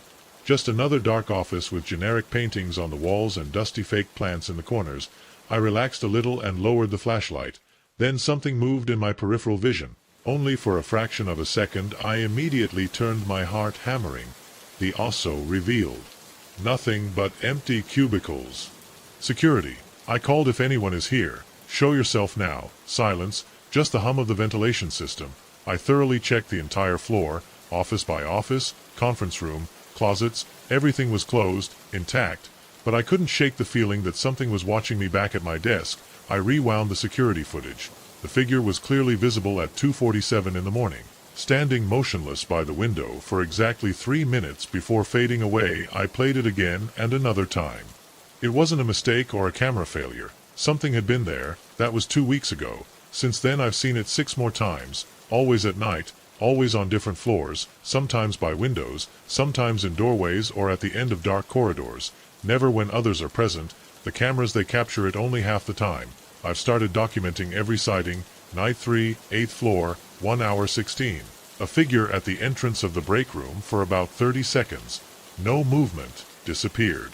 When I picked up the phone to take a photo, night 5, 4th floor, 3:24 a.m., I saw it reflected in the window of an empty office. I turned and there was nothing captured on camera.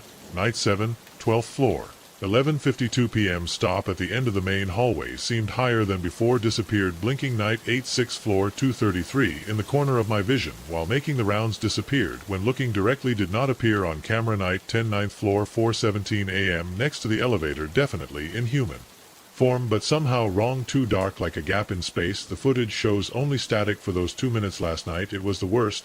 I was alone in the security office around 3 a.m., looking at the monitors as always. A movement caught my attention on the screen on the 7th floor. The figure was there, but this time I was looking directly at the camera.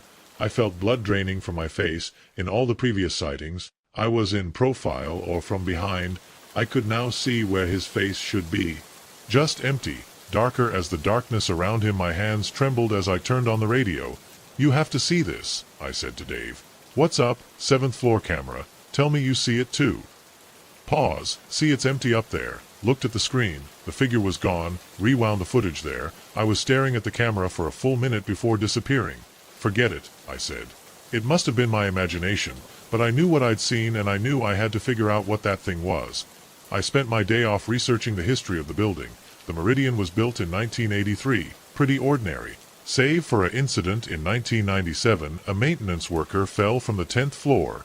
The window he was cleaning came loose from its frame. It was called an accident, but there were doubts about the safety equipment and inspection records. That night I arrived early for my shift. I brought new equipment, an infrared thermometer, an EMF meter who was fond of the ghost house, and a camera better than my cell phone. "Are you okay, Mike?" Dave asked when he saw my backpack full of gadgets. "Have you been a little tense lately?" "I'm fine," I replied, just being meticulous. The first few hours were quiet. I watched all the monitors, waiting for any signal. The EMF meter was silent on the desk. The temperature readings were normal. At 2:46 in the morning, the meter went crazy. All the hairs on my body stood on end. The air became thick, like just before a storm. I checked the monitors. 9th floor, by the window. There was the figure. It seemed more solid than before, less like a shadow, more like something real. I took the camera firmly and headed for the elevator. This time I would get evidence. The 9th floor was colder than usual. My breath was condensing in front of me as I exited the elevator. The EMF meter in my pocket vibrated with very high readings. I moved carefully into the darkness, camera ready. The figure was still there, a black silhouette against the lights. As I got closer, I noticed that it didn't touch the ground. It floated a few inches from the carpet, 20 feet 1510. The air became colder, with each step at 5 feet. I lifted the camera. The figure turned. I froze where his face should be. There was only an absence of emptiness that hurt. Looking at my chest, it was compressed, as if the air were sucked in. The camera slipped from me. Numb fingers, the figure moved, not walking but sliding towards me. The darkness around it was expanding like dense smoke. I staggered back, trying to light the flashlight. The ace went through it, without stopping. Kept moving a meter. The cold was unbearable. My lungs were burning. The darkness invaded my field of vision. My back touched the wall. The figure leaned towards me, that empty face inches from mine. I felt it suck me in. Something inside, as if trying to take my breath away. The heat, life. I closed my eyes and let myself fall. My legs wouldn't hold me. The cold crept to my bones. I couldn't breathe. The radio in my belt crackled. "Mike, are you up there?" The motion sensor activated in the 9. The voice broke the spell. I inhaled a breath of air and opened my eyes. It was gone. The temperature was rising. The meter was rising. EMF had been silenced. "I'm here," I managed to say over the radio. Everything was in order. I was just checking something.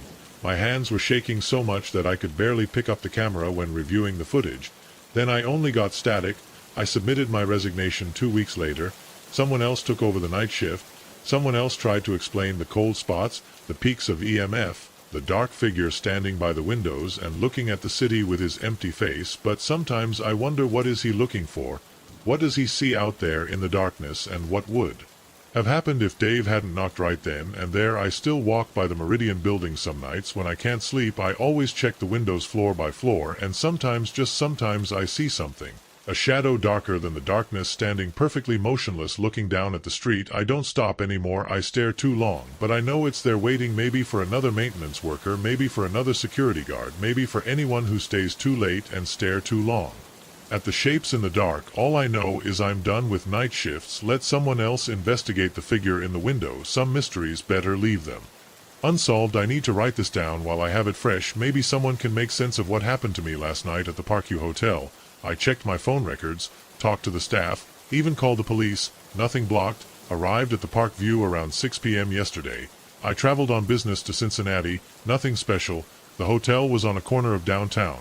One of those old brick buildings from the 20s, brass hardware, panels, dark wood, High ceilings, the lobby smelled, sidewalk for furniture and old carpet. The receptionist, Sarah, according to her badge, handed me the key to room 412 at the end of the corridor on the 4th floor. She said her fingers were icy when they brushed mine. The elevator creaked all the way up. On the way out the corridor stretched empty and silent. Dark red carpet, wallpaper with a sloppy pattern. The type of place which was probably fancy 50 years ago. Something felt off as soon as I opened the door to the 412. The room was clean, normal looking, queen-size bed with a brown bedspread, TV over the comfy desk by the window. But the proportions were wrong somehow, as if the walls weren't perfectly straight or the ceiling was slightly too high. I blinked. I told myself I was being paranoid. I put my laptop on the desk and started to unpack the clothes, went to the drawers that got a little stuck when I opened them. My phone vibrated. An email from a client I sat down to. Answered. The room felt colder than the thermostat indicated, 72 GR, but the air had a sticky humidity that made the hairs on my arms stand on end. I went to the bathroom. My footsteps sounded hollow on the carpet, as if there was space empty underneath. The mirror had dark spots in the corners where the silver was peeling off. My reflection looked normal, but the angle seemed incorrect, as if he was looking at me from the side, despite being in front of me. I poured water on my face. At 7:15 the phone rang in the room of the ancients with a real bell. I answered. Mr. Davidson, the receptionist speaking. We only called to confirm your alarm clock for 6 in the morning. I haven't asked for an alarm clock. I said. Pause. Here it is in the system, room 412, alarm clock at 6 o'clock. There must be an error. I don't need it. I will delete it, sir. Sorry for the confusion. The line was cut off. I went back to the mail, but I couldn't concentrate. The room felt bigger, the corners farther away than they should be. The wall clock was ticking too loud. At about 8:30 I heard voices in the hallway. Normal hotel noise, people going out to dinner, I guessed, but they sounded distorted, like they came from water. I opened the door to look at the hallway. It was empty. I was hungry. The hotel restaurant was closed, so I walked a few blocks to a diner, burger and fries, coffee, all normal, but I felt unbalanced. As if the floor wasn't level, I went back to the hotel at 10. The lobby was empty except for another receptionist. A gray-haired gentleman nodded at me. The elevator took longer to go up than down. The elevator took longer to go up than down. When the doors opened, the lights in the hallway blinked only a second, but enough to turn my stomach. I showered, trying to shake off that strange feeling. The water pressure fluctuated. The pipes creaked behind the walls. The puddle was still there. At 11:45 at night, it was in the bed half watching a replay of The Office. Then I heard it aloud. Bang in the next room, the 414, as if someone had crashed into the wall. Another bang and another, a frantic rhythm, as if someone was banging with both fists. The wall was shaking. I sat up, my heart racing. The tapping got louder. Faster now. It sounded like multiple people banging. The noise was deafening. I grabbed my phone, ready to call reception, but before dialing the sound, total silence ceased. My hands were shaking while dialing reception. Here, the 412, there is a disturbance next door. Loud noises next to the 414. Yes, sir, that room has been empty for several days. No one has checked in there. My mouth dried. I heard knocks many just now. I will send security. Hung up. I put on pants and a t-shirt. I opened the door just as the high guard arrived. Black uniform. Reported noise from 414. Nodded. Used a master key to open the door. The room was dark, perfectly empty. Bed made without luggage. Nothing out of place. Checked the bathroom, the closet, every corner. Nothing. This room is empty since Monday. Said sometimes the pipes make noises. It was probably that, but those weren't pipe noises. I knew what I had heard. I went back to my room. I couldn't sleep. The clock read 12:30, not 12:15. I would swear it said 12:30 a.m. moment ago. The TV turned on by itself. Static. I pressed the off button. Nothing. I unplugged it. The static went on 3 more seconds before turning off. The room felt huge now. The walls impossibly far away. The ceiling must have been 6 m high, but when I looked straight, everything was back to normal. At 1 a.m. the phone rang again. Your alarm clock is confirmed for 6 a.m. Mr. Davidson. I didn't ask for an alarm clock. I already said it. Our records show it was requested. When checking in number law, I have said twice I don't want it anymore. Very well, sir. I will delete it again. Click. My phone showed no service. Now the Wi-Fi was gone. The room felt like a void, disconnected from the rest of the world. The tapping started again. The tapping started again, slower this Time, deliberate as if something was testing the wall between us, grabbed my keys, and my wallet. Didn't care about luggage. I had to get out of there. The hallway light flashed on the way out. The elevator wasn't responding when I pressed the button. I took the stairs 4 floors down, but the staircase was still 5 floors 6 if the numbers on the doors didn't make sense anymore. 427. 7 p.m. I ran faster. My footsteps resonated weird, as if I was going up instead of down. The air became thicker, hard to breathe. Finally, the lobby empty without a receptionist. The front doors were closed. I heard footsteps behind me. I turned and saw Sarah, the receptionist at the check-in. "You are leaving early, Mr. Davidson." The dark sky. Most of the windows were dark, except for a few scattered ones. A light was shining on the first floor, room 193. My keycard from all those years was still hanging on my keychain. I could never throw it away. The card reader beeped green when I passed it. The oncology ward was quiet at this hour. My footsteps echoed on the linoleum. The door to room 193 was ajar. A warm light was pouring into the hallway. I stopped at the entrance. The room looked exactly the same. The same mint green walls, the same window overlooking the parking lot, the same chair where I used to sit during visits. The bed was empty, the sheets tight and smooth. "Hello," my voice trembled, unresponsive. I walked in. The monitoring equipment was dark and quiet, with no signs of recent use. The whiteboard still had it written: patient Robert Wilson, with erasable dialer out of bed. My father's name. My phone vibrated in my pocket. The screen showed that number again. I 5550193 answered. "I'm here," I said finally. The voice sounded clearer now. "Closer. Turn around, son." I did. The room was empty. My phone showed call ended. When I tried to call back, the number had disappeared from my call history, as if it had never existed. I sank into the chair next to the empty bed, stayed there until dawn, waiting for a call that never came. The next night at 3:17 in the morning, my phone remained silent, and every night after that too. But sometimes when I drive past the hospital, I look out the window of room 193. Some nights it's dark, some nights there's a light on, and some nights if I look carefully, I swear I see a figure standing there holding what appears to be a phone to my ear. I keep my old hospital card. I still have that sticky note with the number written on it. I keep thinking maybe someday the phone will ring again. Maybe this time I'll be ready. Maybe this time I'll know what to say. But deep down I know the truth. That call came 25 years too late. Some calls lost can never be returned. Some waiting rooms remain empty forever. Some conversations remain unfinished. Every year on the anniversary of that night, I sit by the phone at 3:17 in the morning, just in case the number never comes back. The voice never rings, but I remember what he said: "Time is running out." He was right. Time ran out long ago in a hospital room at the I was afraid to come in. Now all I have is a number that doesn't exist, a voice that I'll never hear again, and the endless silence of a phone that doesn't ring. Sometimes late at night I catch myself dialing those numbers. 555500193. I always dial the number correctly. The same recording. "We're sorry, but the number you're trying to call isn't in service." I've memorized every word of that automated message. It has become a kind of ritual to mark, listen, hang, repeat each time, waiting for something different each time, knowing that it will not change. The hospital renovated the oncology room. Last year room 193 no longer exists. They renumbered everything. They put new floors. They painted on those walls mint green. But in my mind it is still there. Keep waiting, just like that voice said on the phone. "We are waiting for you." I keep thinking about that first missed call. Yes, I would have answered it at 3:17 if I had been braver that night at 16, if I had gone to room 193 when the nurse called. Yes, yes, yes, but you can't call back into the past. You can't reach the time and change what has already happened. All you can do is listen to the dial tone, listen to the family recording, and wonder about the conversations that could have been. The phone company still insists that number never existed. My call history shows otherwise. Reality and memory blur like static on a bad connection. In the end, maybe it doesn't matter if the number was real.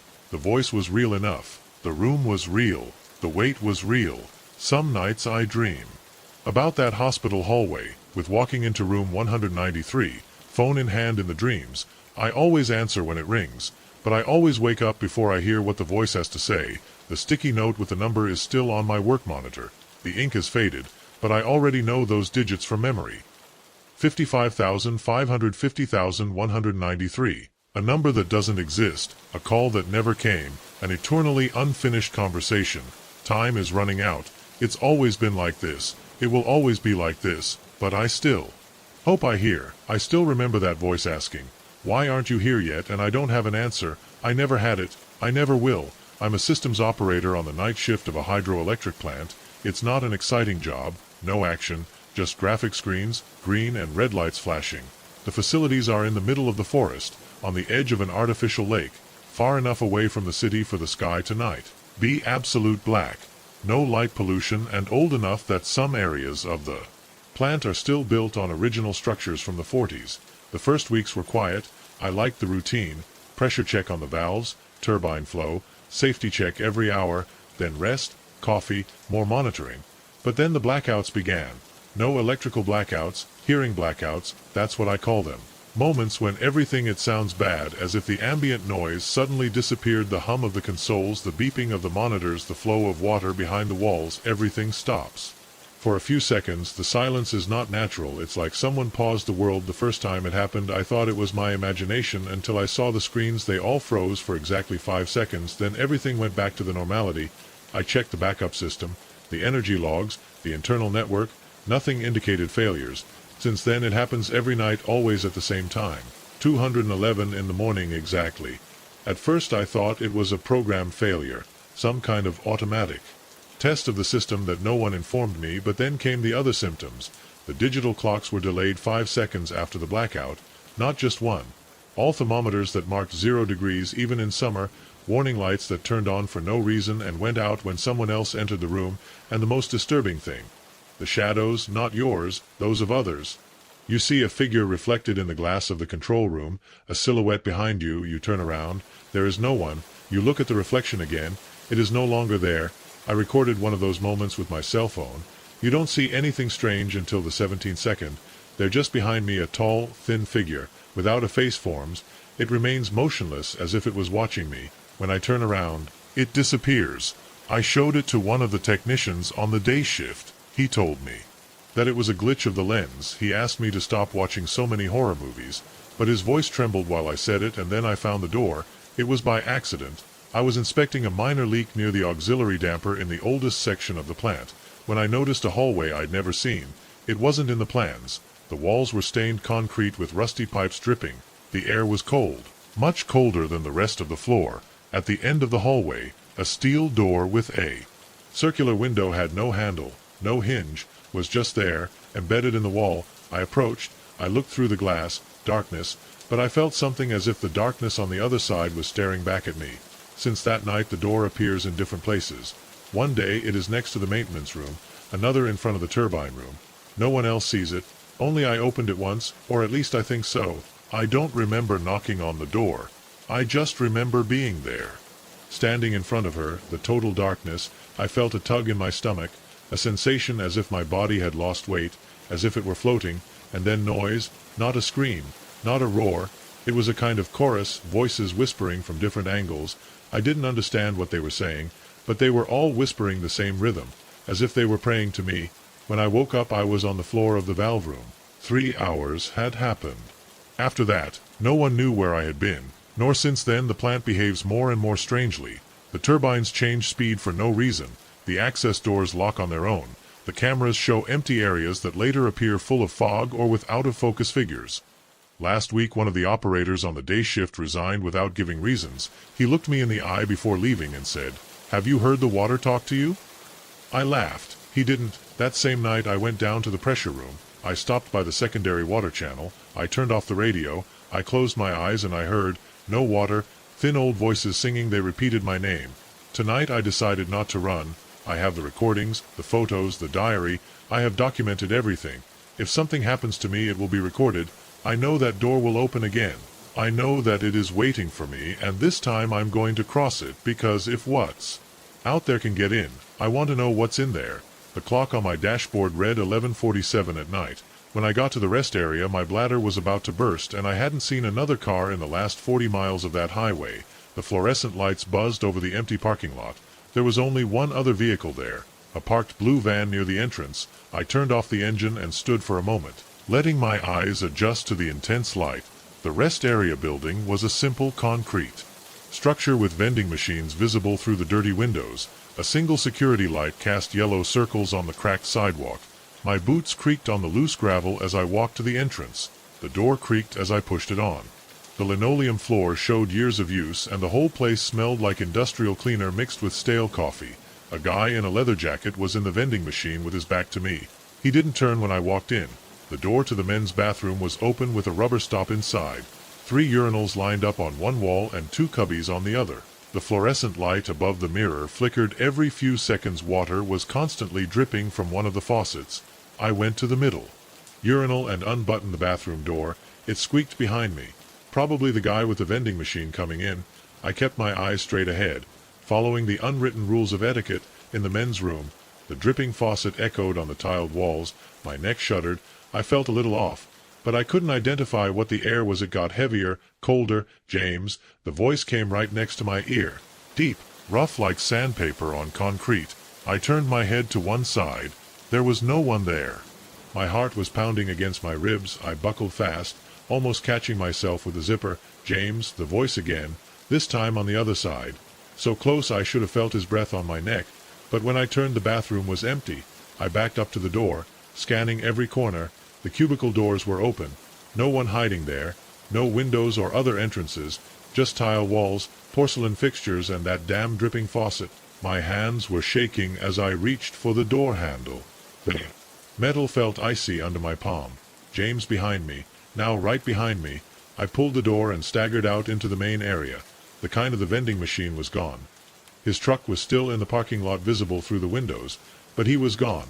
The fluorescent lights seemed louder. Now they cast harsh shadows that made every corner seem deeper, darker. I walked to the driveway, moving faster with each step, the sound of my boots on the ground echoing too loudly in the empty space. The exit door didn't move when I pushed it. I tried again, harder. It felt like something was holding it from the other side. My breathing became gaspy. James, the voice filled the whole room, now bouncing off every surface. Stay with this, I said loudly. My voice sounded weak compared to the other. I slammed the door open. It slammed open and I staggered out into the parking lot. The blue van was gone. I hadn't heard it start or drive away. The parking lot was completely empty except for my car. I ran to my vehicle looking for the keys. The fluorescent lights above began to go out, one by one, sounding sections of the lot in the dark. Dropped the keys, picked them up, and finally opened the door. The engine roared as it started. I put it in reverse and stepped on the gas. The gravel flew as I turned the car and accelerated into the highway. In my rearview mirror, the rest area disappeared into the darkness. The last light went out just before I lost sight of it completely. My hands wouldn't stop shaking. I kept looking at the mirror, waiting to see lights behind me, but the road remained empty and dark. After 10 miles, I saw another rest area ahead. My bladder was screaming for relief. I hadn't used the bathroom yet, but I pressed the accelerator more and I passed it by. I didn't stop until I got to the next town. 20 miles down, the 24-hour gas station had bright lights and 3 customers inside. The teenage employee looked up from his phone. When I walked normal, safe in the bathroom, I checked every cubicle before using the urinal. No voice called my name, just the hum of the lights and the distant pop music from the store speakers. I turned around in my car, opened Google Maps. I needed to find a route home that avoided that stretch of highway. The map showed the road I had been on, but where I should have been, the rest area, there was nothing marked, only empty land between exits. I expanded even more. Nothing according to the map. There was no rest area in that location.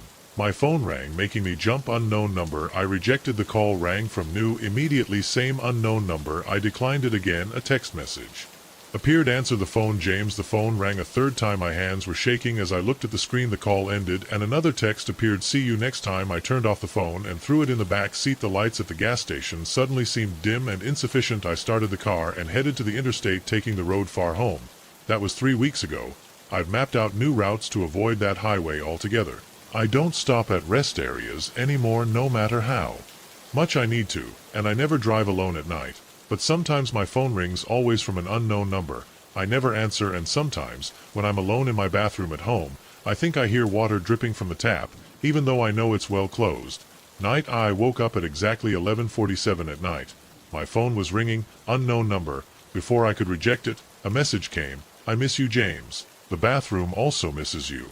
I packed my bags.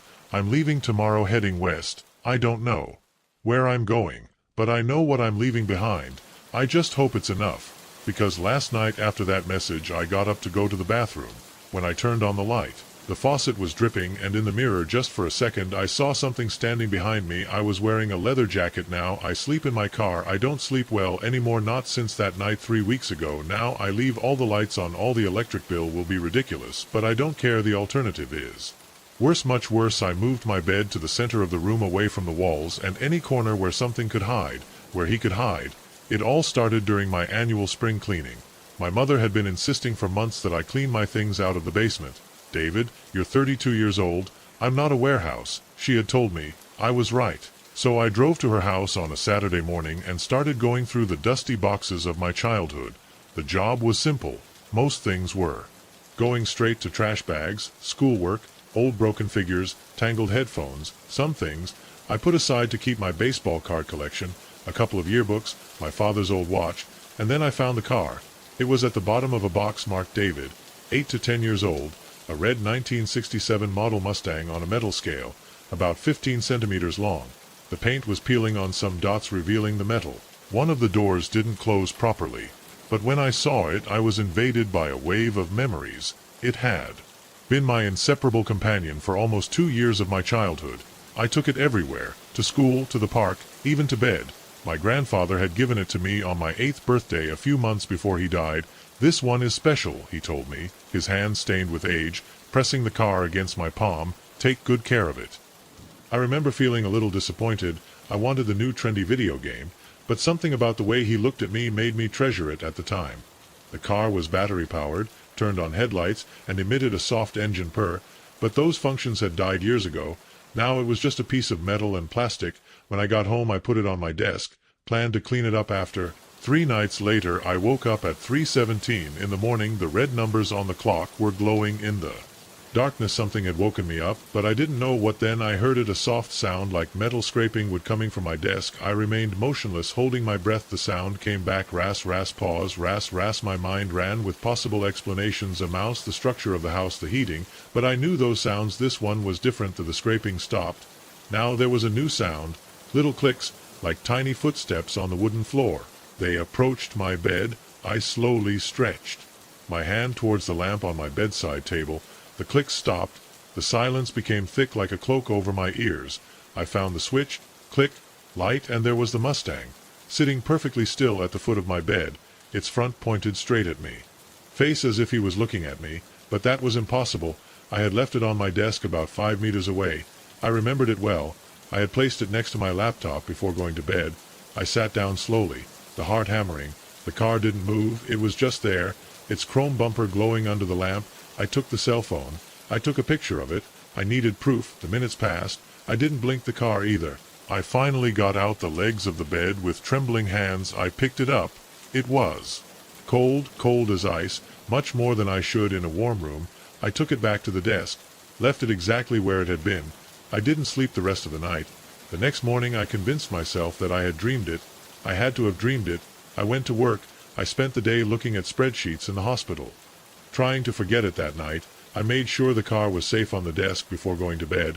I even took a picture of it to record its position. I had a hard time sleeping, but in the end I fell. The sound of metal squeaking against metal, it woke me up. I opened my eyes to the darkness. The sound continued, a high-pitched moan that made my teeth hurt. It came from right next to my head. I slowly turned to the right. 2 small points of light glowed in the dark. The headlights of the car were not the warm yellow I remembered. They were a sickly green, casting a deadly glow on my pillow. The sound of the engine grew, a contained roar. The car was on, but I had no batteries. I had checked them. I had no batteries. I screamed. I jumped out of bed. I fell to the floor. I ran to the light switch, my fingers slipping on the wall light. The car was on my pillow, tilted slightly, the headlights off, but I had seen them. I had seen them. My hands were shaking incessantly as I took more pictures.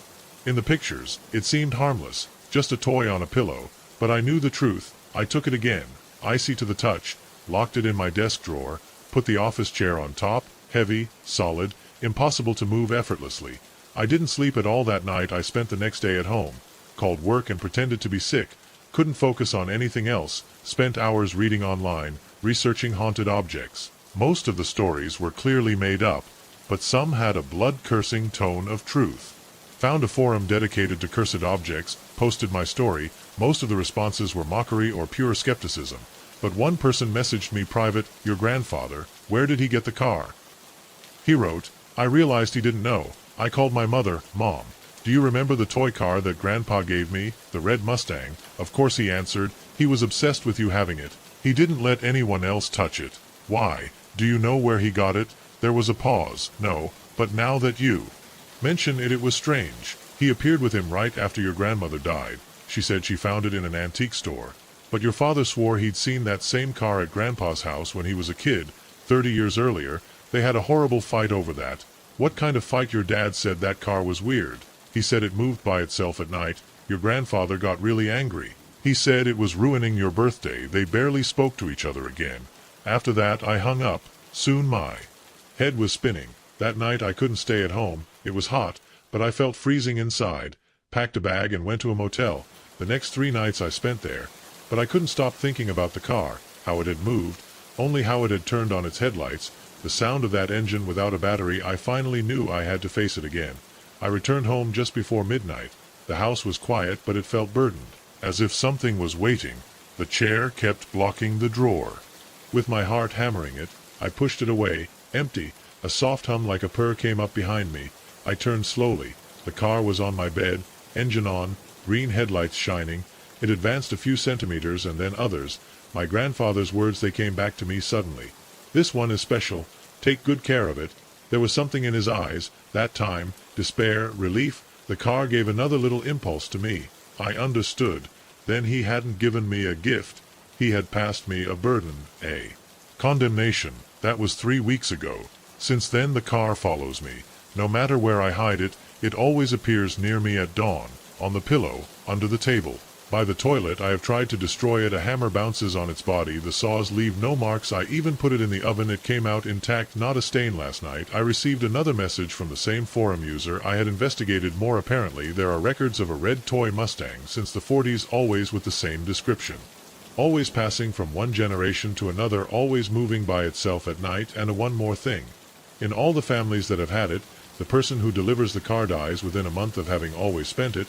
My grandfather died 3 weeks after my birthday. I've started looking for antique stores.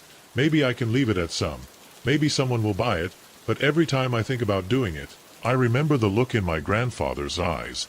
That mixture of guilt and relief. For now, the car is on my bedside table. Its bumper is shining in the light of the lamp. It watches me, waits sometimes. In the depths of the night I hear the purr of the engine. I hardly sleep anymore, but at least I'm still alive. The first time I saw it was just a flash, a reflection in the rearview mirror, a movement so fast that I'm not sure if it really happened. But something inside, I knew it was real. It was 12 hours, 8 minutes at night. I made my usual rounds at the city's underground bus depot. I work in night security. I check that the units are closed, the corridors clear, no homeless or graffiti artists sneaking in, nothing special, nothing I haven't done hundreds of times. That night I went down the ramp of level 2. The fluorescent lights flickered, casting long, angular shadows on the wet concrete. Was walking between the parked buses when I saw it, a tall figure, too thin, barely a silhouette but clearly human, gliding from one aisle to the other, right between the surveillance cameras, as if I knew where they were, as if I wanted not to be seen. I froze, turned off my flashlight and held my breath. I heard light, rhythmic footsteps, as if walking falsely on the cement. I took the belt radio, Central Security. "There is someone on level 2. I need immediate backup." I just got static, then a crack and silence. I turned on my flashlight again and pointed it towards where I had seen the figure. Nothing. Empty. The corridor between the buses was calm. I moved forward slowly. Every step resonated too loudly. I checked every corner. I looked under the vehicles, between the wheels. Nothing. Then I noticed something strange in one of the nearest buses. Its engine was hot, not on, but warm to the touch, enough to be unusual. I went up the back door. The inside was dark. The smell of old vinyl and oil was mixed with something else, something metallic, dense. I checked seat by seat, all empty to the middle row. There the cushion had a slit, as if someone had just gotten up. I put my hand on it. It was warm rather than warm. It radiated heat, as if something was sitting there seconds ago. Then I saw the marks on the floor. They were not ordinary footprints. They were long, narrow, without a defined shape, as if someone or something had walked barefoot, but with fingers that were too long, inhuman. I felt short of breath. I jumped off the bus when I hit the ground. The back door slammed shut behind me. I turned. There was no one. I walked quickly towards the office, looking every few seconds over. That night I didn't finish my round. But it didn't end there. The next night I made sure to check the cameras before leaving at 12 noon. For minutes in the morning, on monitor 5 I saw it again, the figure in the shadows. This time it stopped in front of one of the cameras. The image was distorted, an instant of static. When it cleared up, I was no longer there. I checked the records of entrance. I checked the check-ins. No one had entered or left since my shift began that night. While I was doing the tour, I found scrawled on one of the foggy windows of Bus 88, a word comes back. There was no one in the vehicle or outside. Nothing else on the cameras. I tried to convince myself that it was a joke, someone playing with me, some bored mechanic, but every night that passed I saw it clearer. This was not a game. A week later it happened. What changed me forever happened. It was 2:11 in the morning. I was on the lowest level, checking for an electrical fault in the control box. The place was completely dark except for the flashlight and the faint glow of the radio. Suddenly a loud buzzing sound flooded my ears, a vibration in the concrete, as if something was dragging along the walls. I pointed my flashlight at the hallway in front of me, and there was the tall, thin figure, too tall. His silhouette was almost translucent, like smoke that twists under pressure, but his eyes were two black hollows that didn't reflect any light. I froze. The flashlight trembled in my hand. The figure, he moved in spasms as if each step happened between frames of a poorly edited film. He advanced without making a sound, without breathing, just gliding. I wanted to run, scream, but my body was unresponsive. Then he stopped a few steps away from me, raised a hand, or what looked like a hand, and placed it on the metal panel next to him. The lights flickered violently. Then total darkness. I don't know how long it was when I opened my eyes. I was lying on the floor surrounded by technicians. They were talking to me, but I couldn't answer. They took me to the hospital. Diagnosis: nervous breakdown, stress overload. The security cameras showed nothing, just a strip of static, from 2 hours 8 minutes to 2 hours 15 minutes. Not a single image. I submitted my resignation 2 days later. Since then I have not returned to the depot, but things have not returned to normal. Sometimes when I go out to the supermarket or walk by the bus station, I feel their presence in a reflection, in a sound that shouldn't be there, in a slight tremor of the ground. And one night when I came home I found a message written with steam on the bathroom mirror: "You haven't been back yet." Last night while I was trying to sleep I heard a sound. It was slight but unmistakable. The engine of a bus slowly starting inside my garage, and the heat turned night maintenance work at the Fairmore Hotel, one of the oldest buildings downtown. It's Gothic. Brick facade, time-worn moldings, and stained glass windows make it look more like an abandoned church than a four-star hotel. But people come the same for the history, for the old charm. They say it was a luxurious place in the years 20, that there were jazz parties, clandestine bets, and visits from Chicago mobsters. Then came the fire of 1923 that destroyed a good part of the upper floors. At least 12 people died. Although there are rumors that there were more, they completely rebuilt it in the 50s, but the basement, that they did not touch, that's where I work. The first strange event was 6 weeks ago. A fierce thunderstorm shook the city. He was in the basement checking the backup generator. Half the hotel had lost power and guests were calling hysterics. It was a chaotic night. He was crouched down checking a fuse panel. When the atmosphere changed, I can't explain it better than that. It wasn't the sound. It was the absence of him. Everything stopped. The hum of electricity, the distant rumble of thunder, even the constant dripping of pipes. Silence was thick, absolute. Then I heard it: one step, another and another, slower, loaded. They came from the corridor that connects with the old laundry, an area closed for decades. There are no rooms or access to the public. No one had to be there. "Is there anyone there?" I asked. Silence. I advanced, flashlight in hand. The shadows seemed denser than usual, the air colder. I stopped short when I felt an icy gust. I brushed the back of my neck like a bated breath. The footsteps continued. Now they sounded closer. I turned the corner of the empty hallway, but the sound persisted, echoing on the walls, bouncing as if something invisible was walking beside me. That night I told myself it was the echo, or maybe the vibration of the building from the storm. I lied to myself since then. It's constant, the footsteps, the lights flickering every time I pass by. An old panel, the feeling of being watched, especially in the boiler room. The staff radio turns on by itself at the wrong frequency, emitting a static that sometimes seems to form words like whispers, like names. I tried to record the sound of footsteps with my phone. It picked up nothing except for a last second of audio in which you hear a very deep, too deep breath. Not human.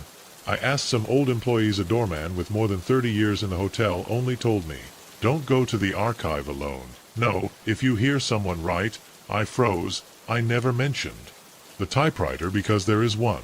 Also, in a forgotten room next to the old dressing rooms, I found an Underwood machine covered in dust. It has no tape, it is not connected to anything, but always writes at 3:13 in the morning.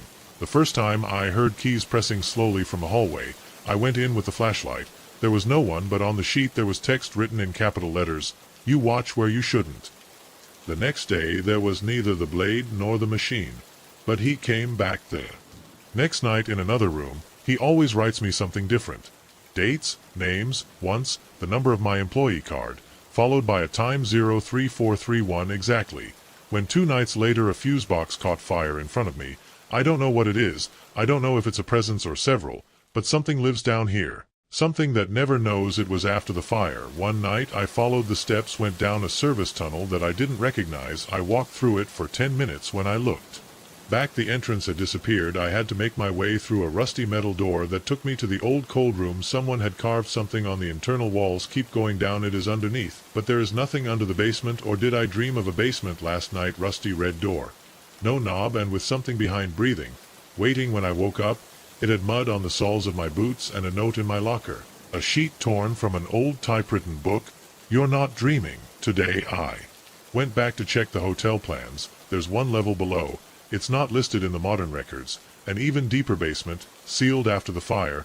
I thought it was sealed for prevent the structure from collapsing. Now I know it was sealed to enclose something.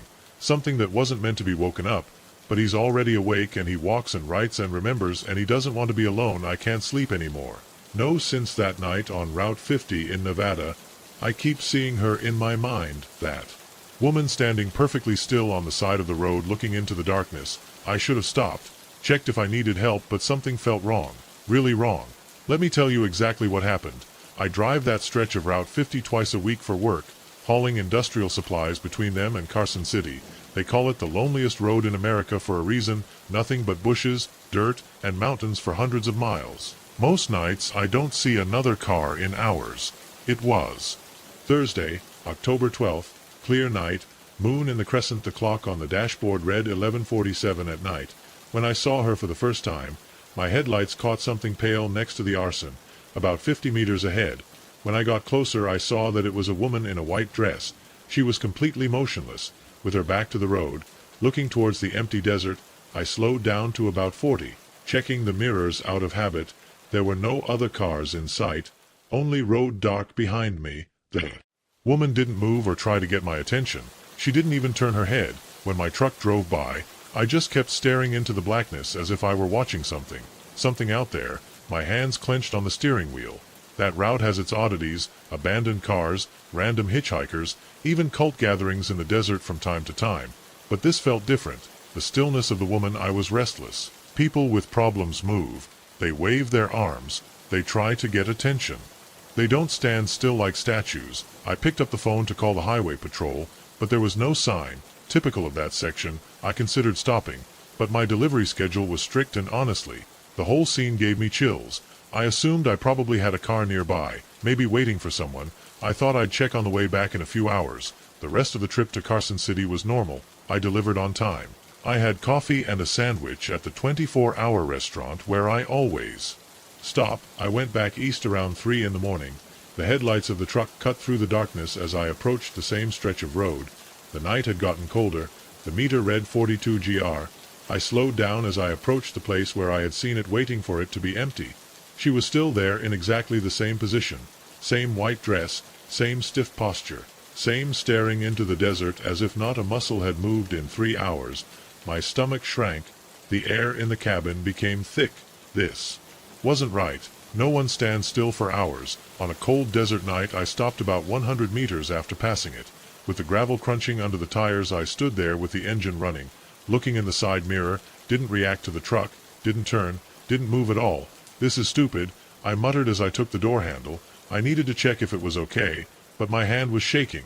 I opened the door. The night desert air hit me with an icy gust. My boots creaked on the gravel of the arson as I walked towards it. The only one sounds were my footsteps and the slight purr of my truck engine, about 15 m, still without movement on her part. Her dress was simple to the knees, no prints, long dark hair fell straight down her back, her arms hung at her sides, 10 m away, throat was dry. Something in her posture seemed wrong, too perfect, too still at 6 m. Flashlight illuminated her back. The dress was dirty, smeared with something dark on the edges. At 3 m I could hear my own breathing, too loud in the silence. "Madam," my voice came out hoarse, "it's okay. Do you need help?" Nothing, not a blink of an eye. A meter away, my hand reached out to her shoulder. A coyote howled in the distance. My heart startled, wild, when I looked again. She was straight ahead. I didn't see her turn. I didn't hear movement. 1 second she looked at the desert. The next she looked directly at me. But bad, all bad. Her face was gray, not pale, but the color of concrete. Her eyes were black holes with no visible whites. Her mouth eye hung open at an impossible angle. My jaw distended like a snake's. My dress was no longer white. It was covered in dark spots that looked black under the ace of my flashlight. I ran faster than I've ever run in my life. I got into the cab of the truck. I slammed the door shut. I started the tires, skidded on the gravel before I grabbed. I accelerated the mirror. It showed road empty behind me. Just darkness where she had been. My hands were shaking so much I could barely keep the steering wheel straight. Cold sweat was soaking my shirt. I drove 90 miles per hour to get to the next town. I called the patrol car as soon as I had a signal. I gave them the mile marker. I described what I saw. The operator was polite, but you could tell she didn't believe me. She probably thought I was drunk or drugged. They sent a car to check. They found nothing, and no footprints in the gravel, no sign that anyone had been there. Since then I've made that journey 12 times. Always from day to hour I keep thinking about those black eyes, that twisted face. But mostly I think about those 3 hours she was there, perfectly still, staring into nothingness. What was she looking at out there in the desert? What did I expect? Sometimes when I drive through that section, I think I see something white next to the arson later on, just for a second, then it disappears, but I don't slow down anymore. I never stop. Finally I told my wife last week, after another sleepless night. She suggested trauma therapy. Maybe she's right, but I know what I saw yesterday. I asked for a transfer to the Renault route, Salt Lake City. It's a longer trip, worse paid, but it doesn't go through that empty stretch of route. 50, I can't face that road at night again. I can't risk seeing her standing there motionless in her bloody dress, waiting to turn around. Sometimes I wonder if I should have stopped the first time, if I could have helped her or prevented something. But deep down I know the truth. What I saw on the side of that road wasn't human.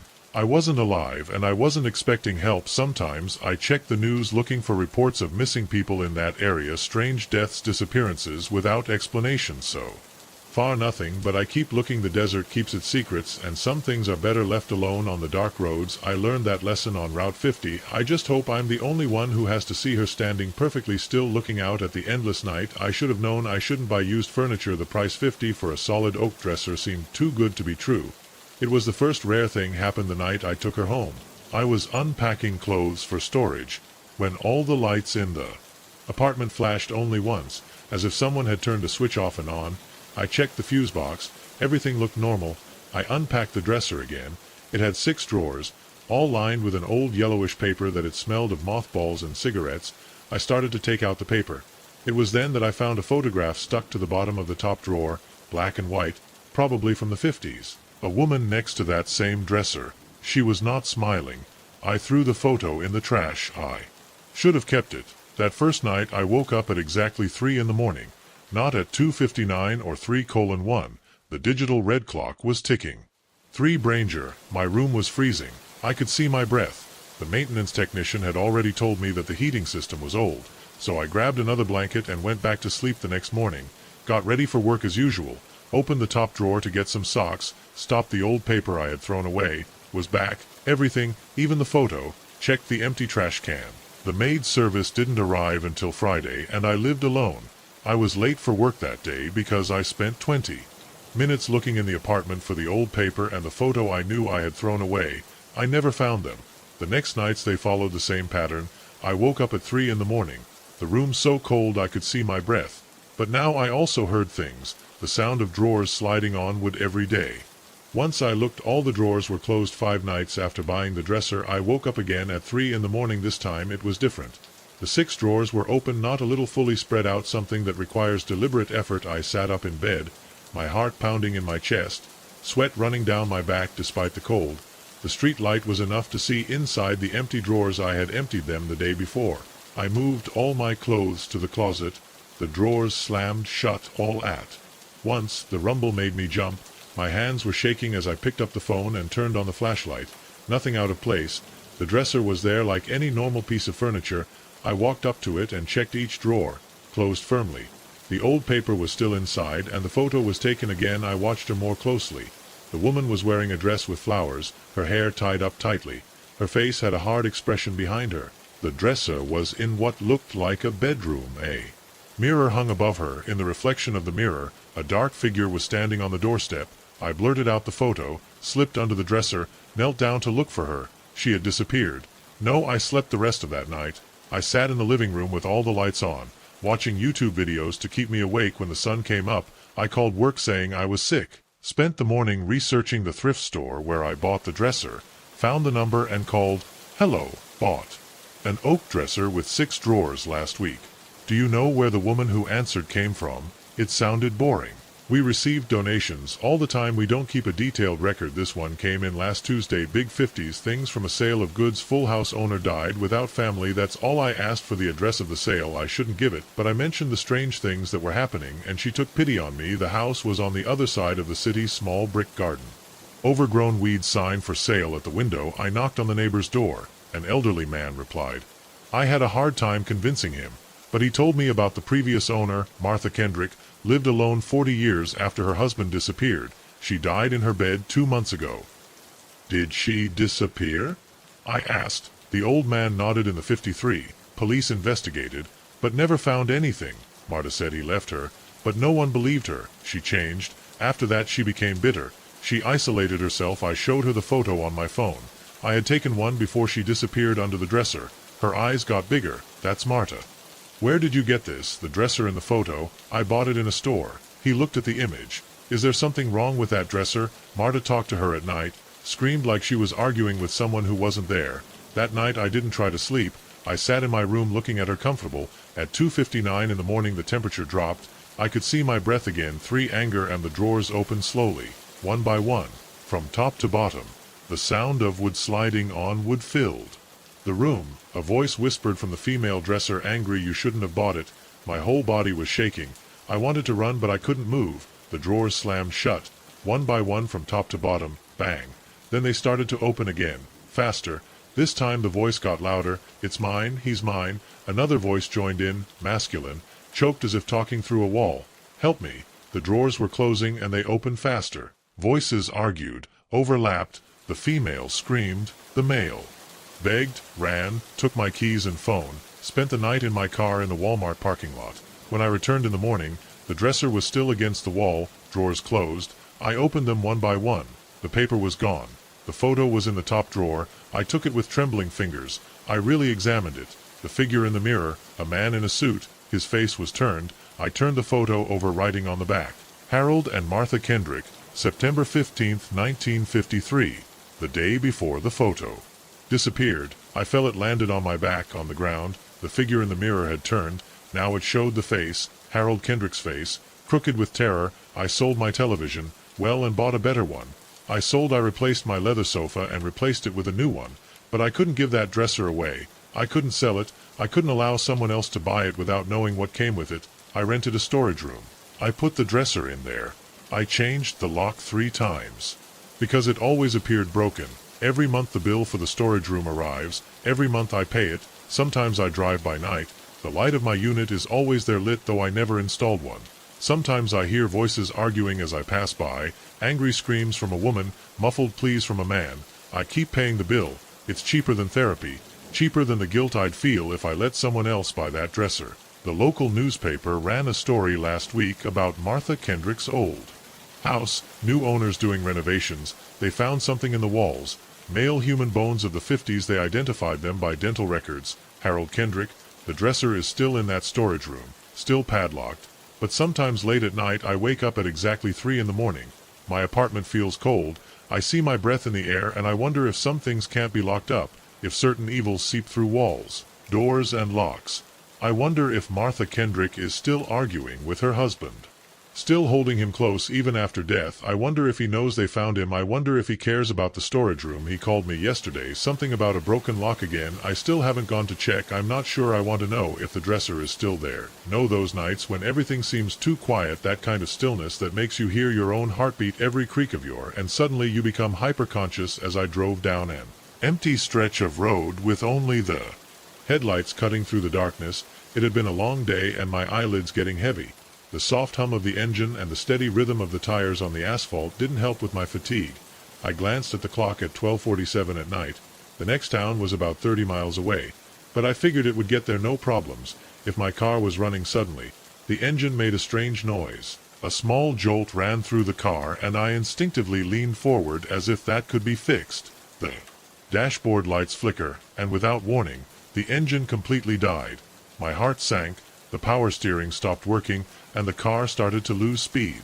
Only as I desperately tried to pull it to the side on the road. You're kidding me, muttering, parking on the shoulder. I took a deep breath. Considering it was just a temporary glitch, I turned the ignition key again. The engine just made a faint sound before going silent. I tried again, and another nothing reality hit me. I was stuck in the middle of nowhere, alone, no lights, no cars passing, just a vast darkness on a deserted road. The starry sky, it was bright, but even that seemed far away, indifferent to my situation. I reached for my phone, hoping to have some signal. I looked at the screen with no service, of course. I sighed and rested my head on the seat, weighing my options. I could wait for a car to pass by, but I hadn't seen any in what seemed like hours, or I could start walking, although I had no idea how far I was from civilization. While I was there debating what to do, I noticed a flicker of light in the rearview mirror. At first, it was dim, but with each passing second it grew brighter. A relief flooded me. Finally, someone else on this road flooded me. Maybe they would stop to help. The lights were slowly approaching, and something in that put me on alert. I turned in my seat to get a better look.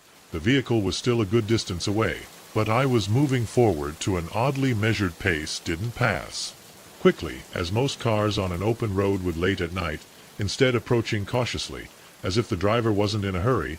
I looked at my phone again. It's still out of signal. The headlights continued their leisurely approach, casting long shadows on the road. I lowered the road, hoping to wave at him. But when the vehicle got closer, something the way it moved gave me a chill. It wasn't just the speed, it was the silence. I couldn't hear the engine. I couldn't hear the tires on the asphalt, just the sound of the wind over the empty fields.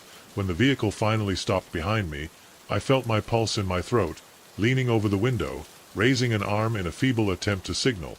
But the car did its just that you could call it, that it just stood there. Its headlights lit up the back of my car, casting a strong glow in my rearview mirror. But no one came out. I waited, waiting to see the driver get out, but the door never opened. You have a phone? I'm trapped here, I called. With the voice Orosa silence, I swallowed hard, my hand still on the door handle. My instincts screamed not to come out, but what other choice did I have? I opened the door slowly.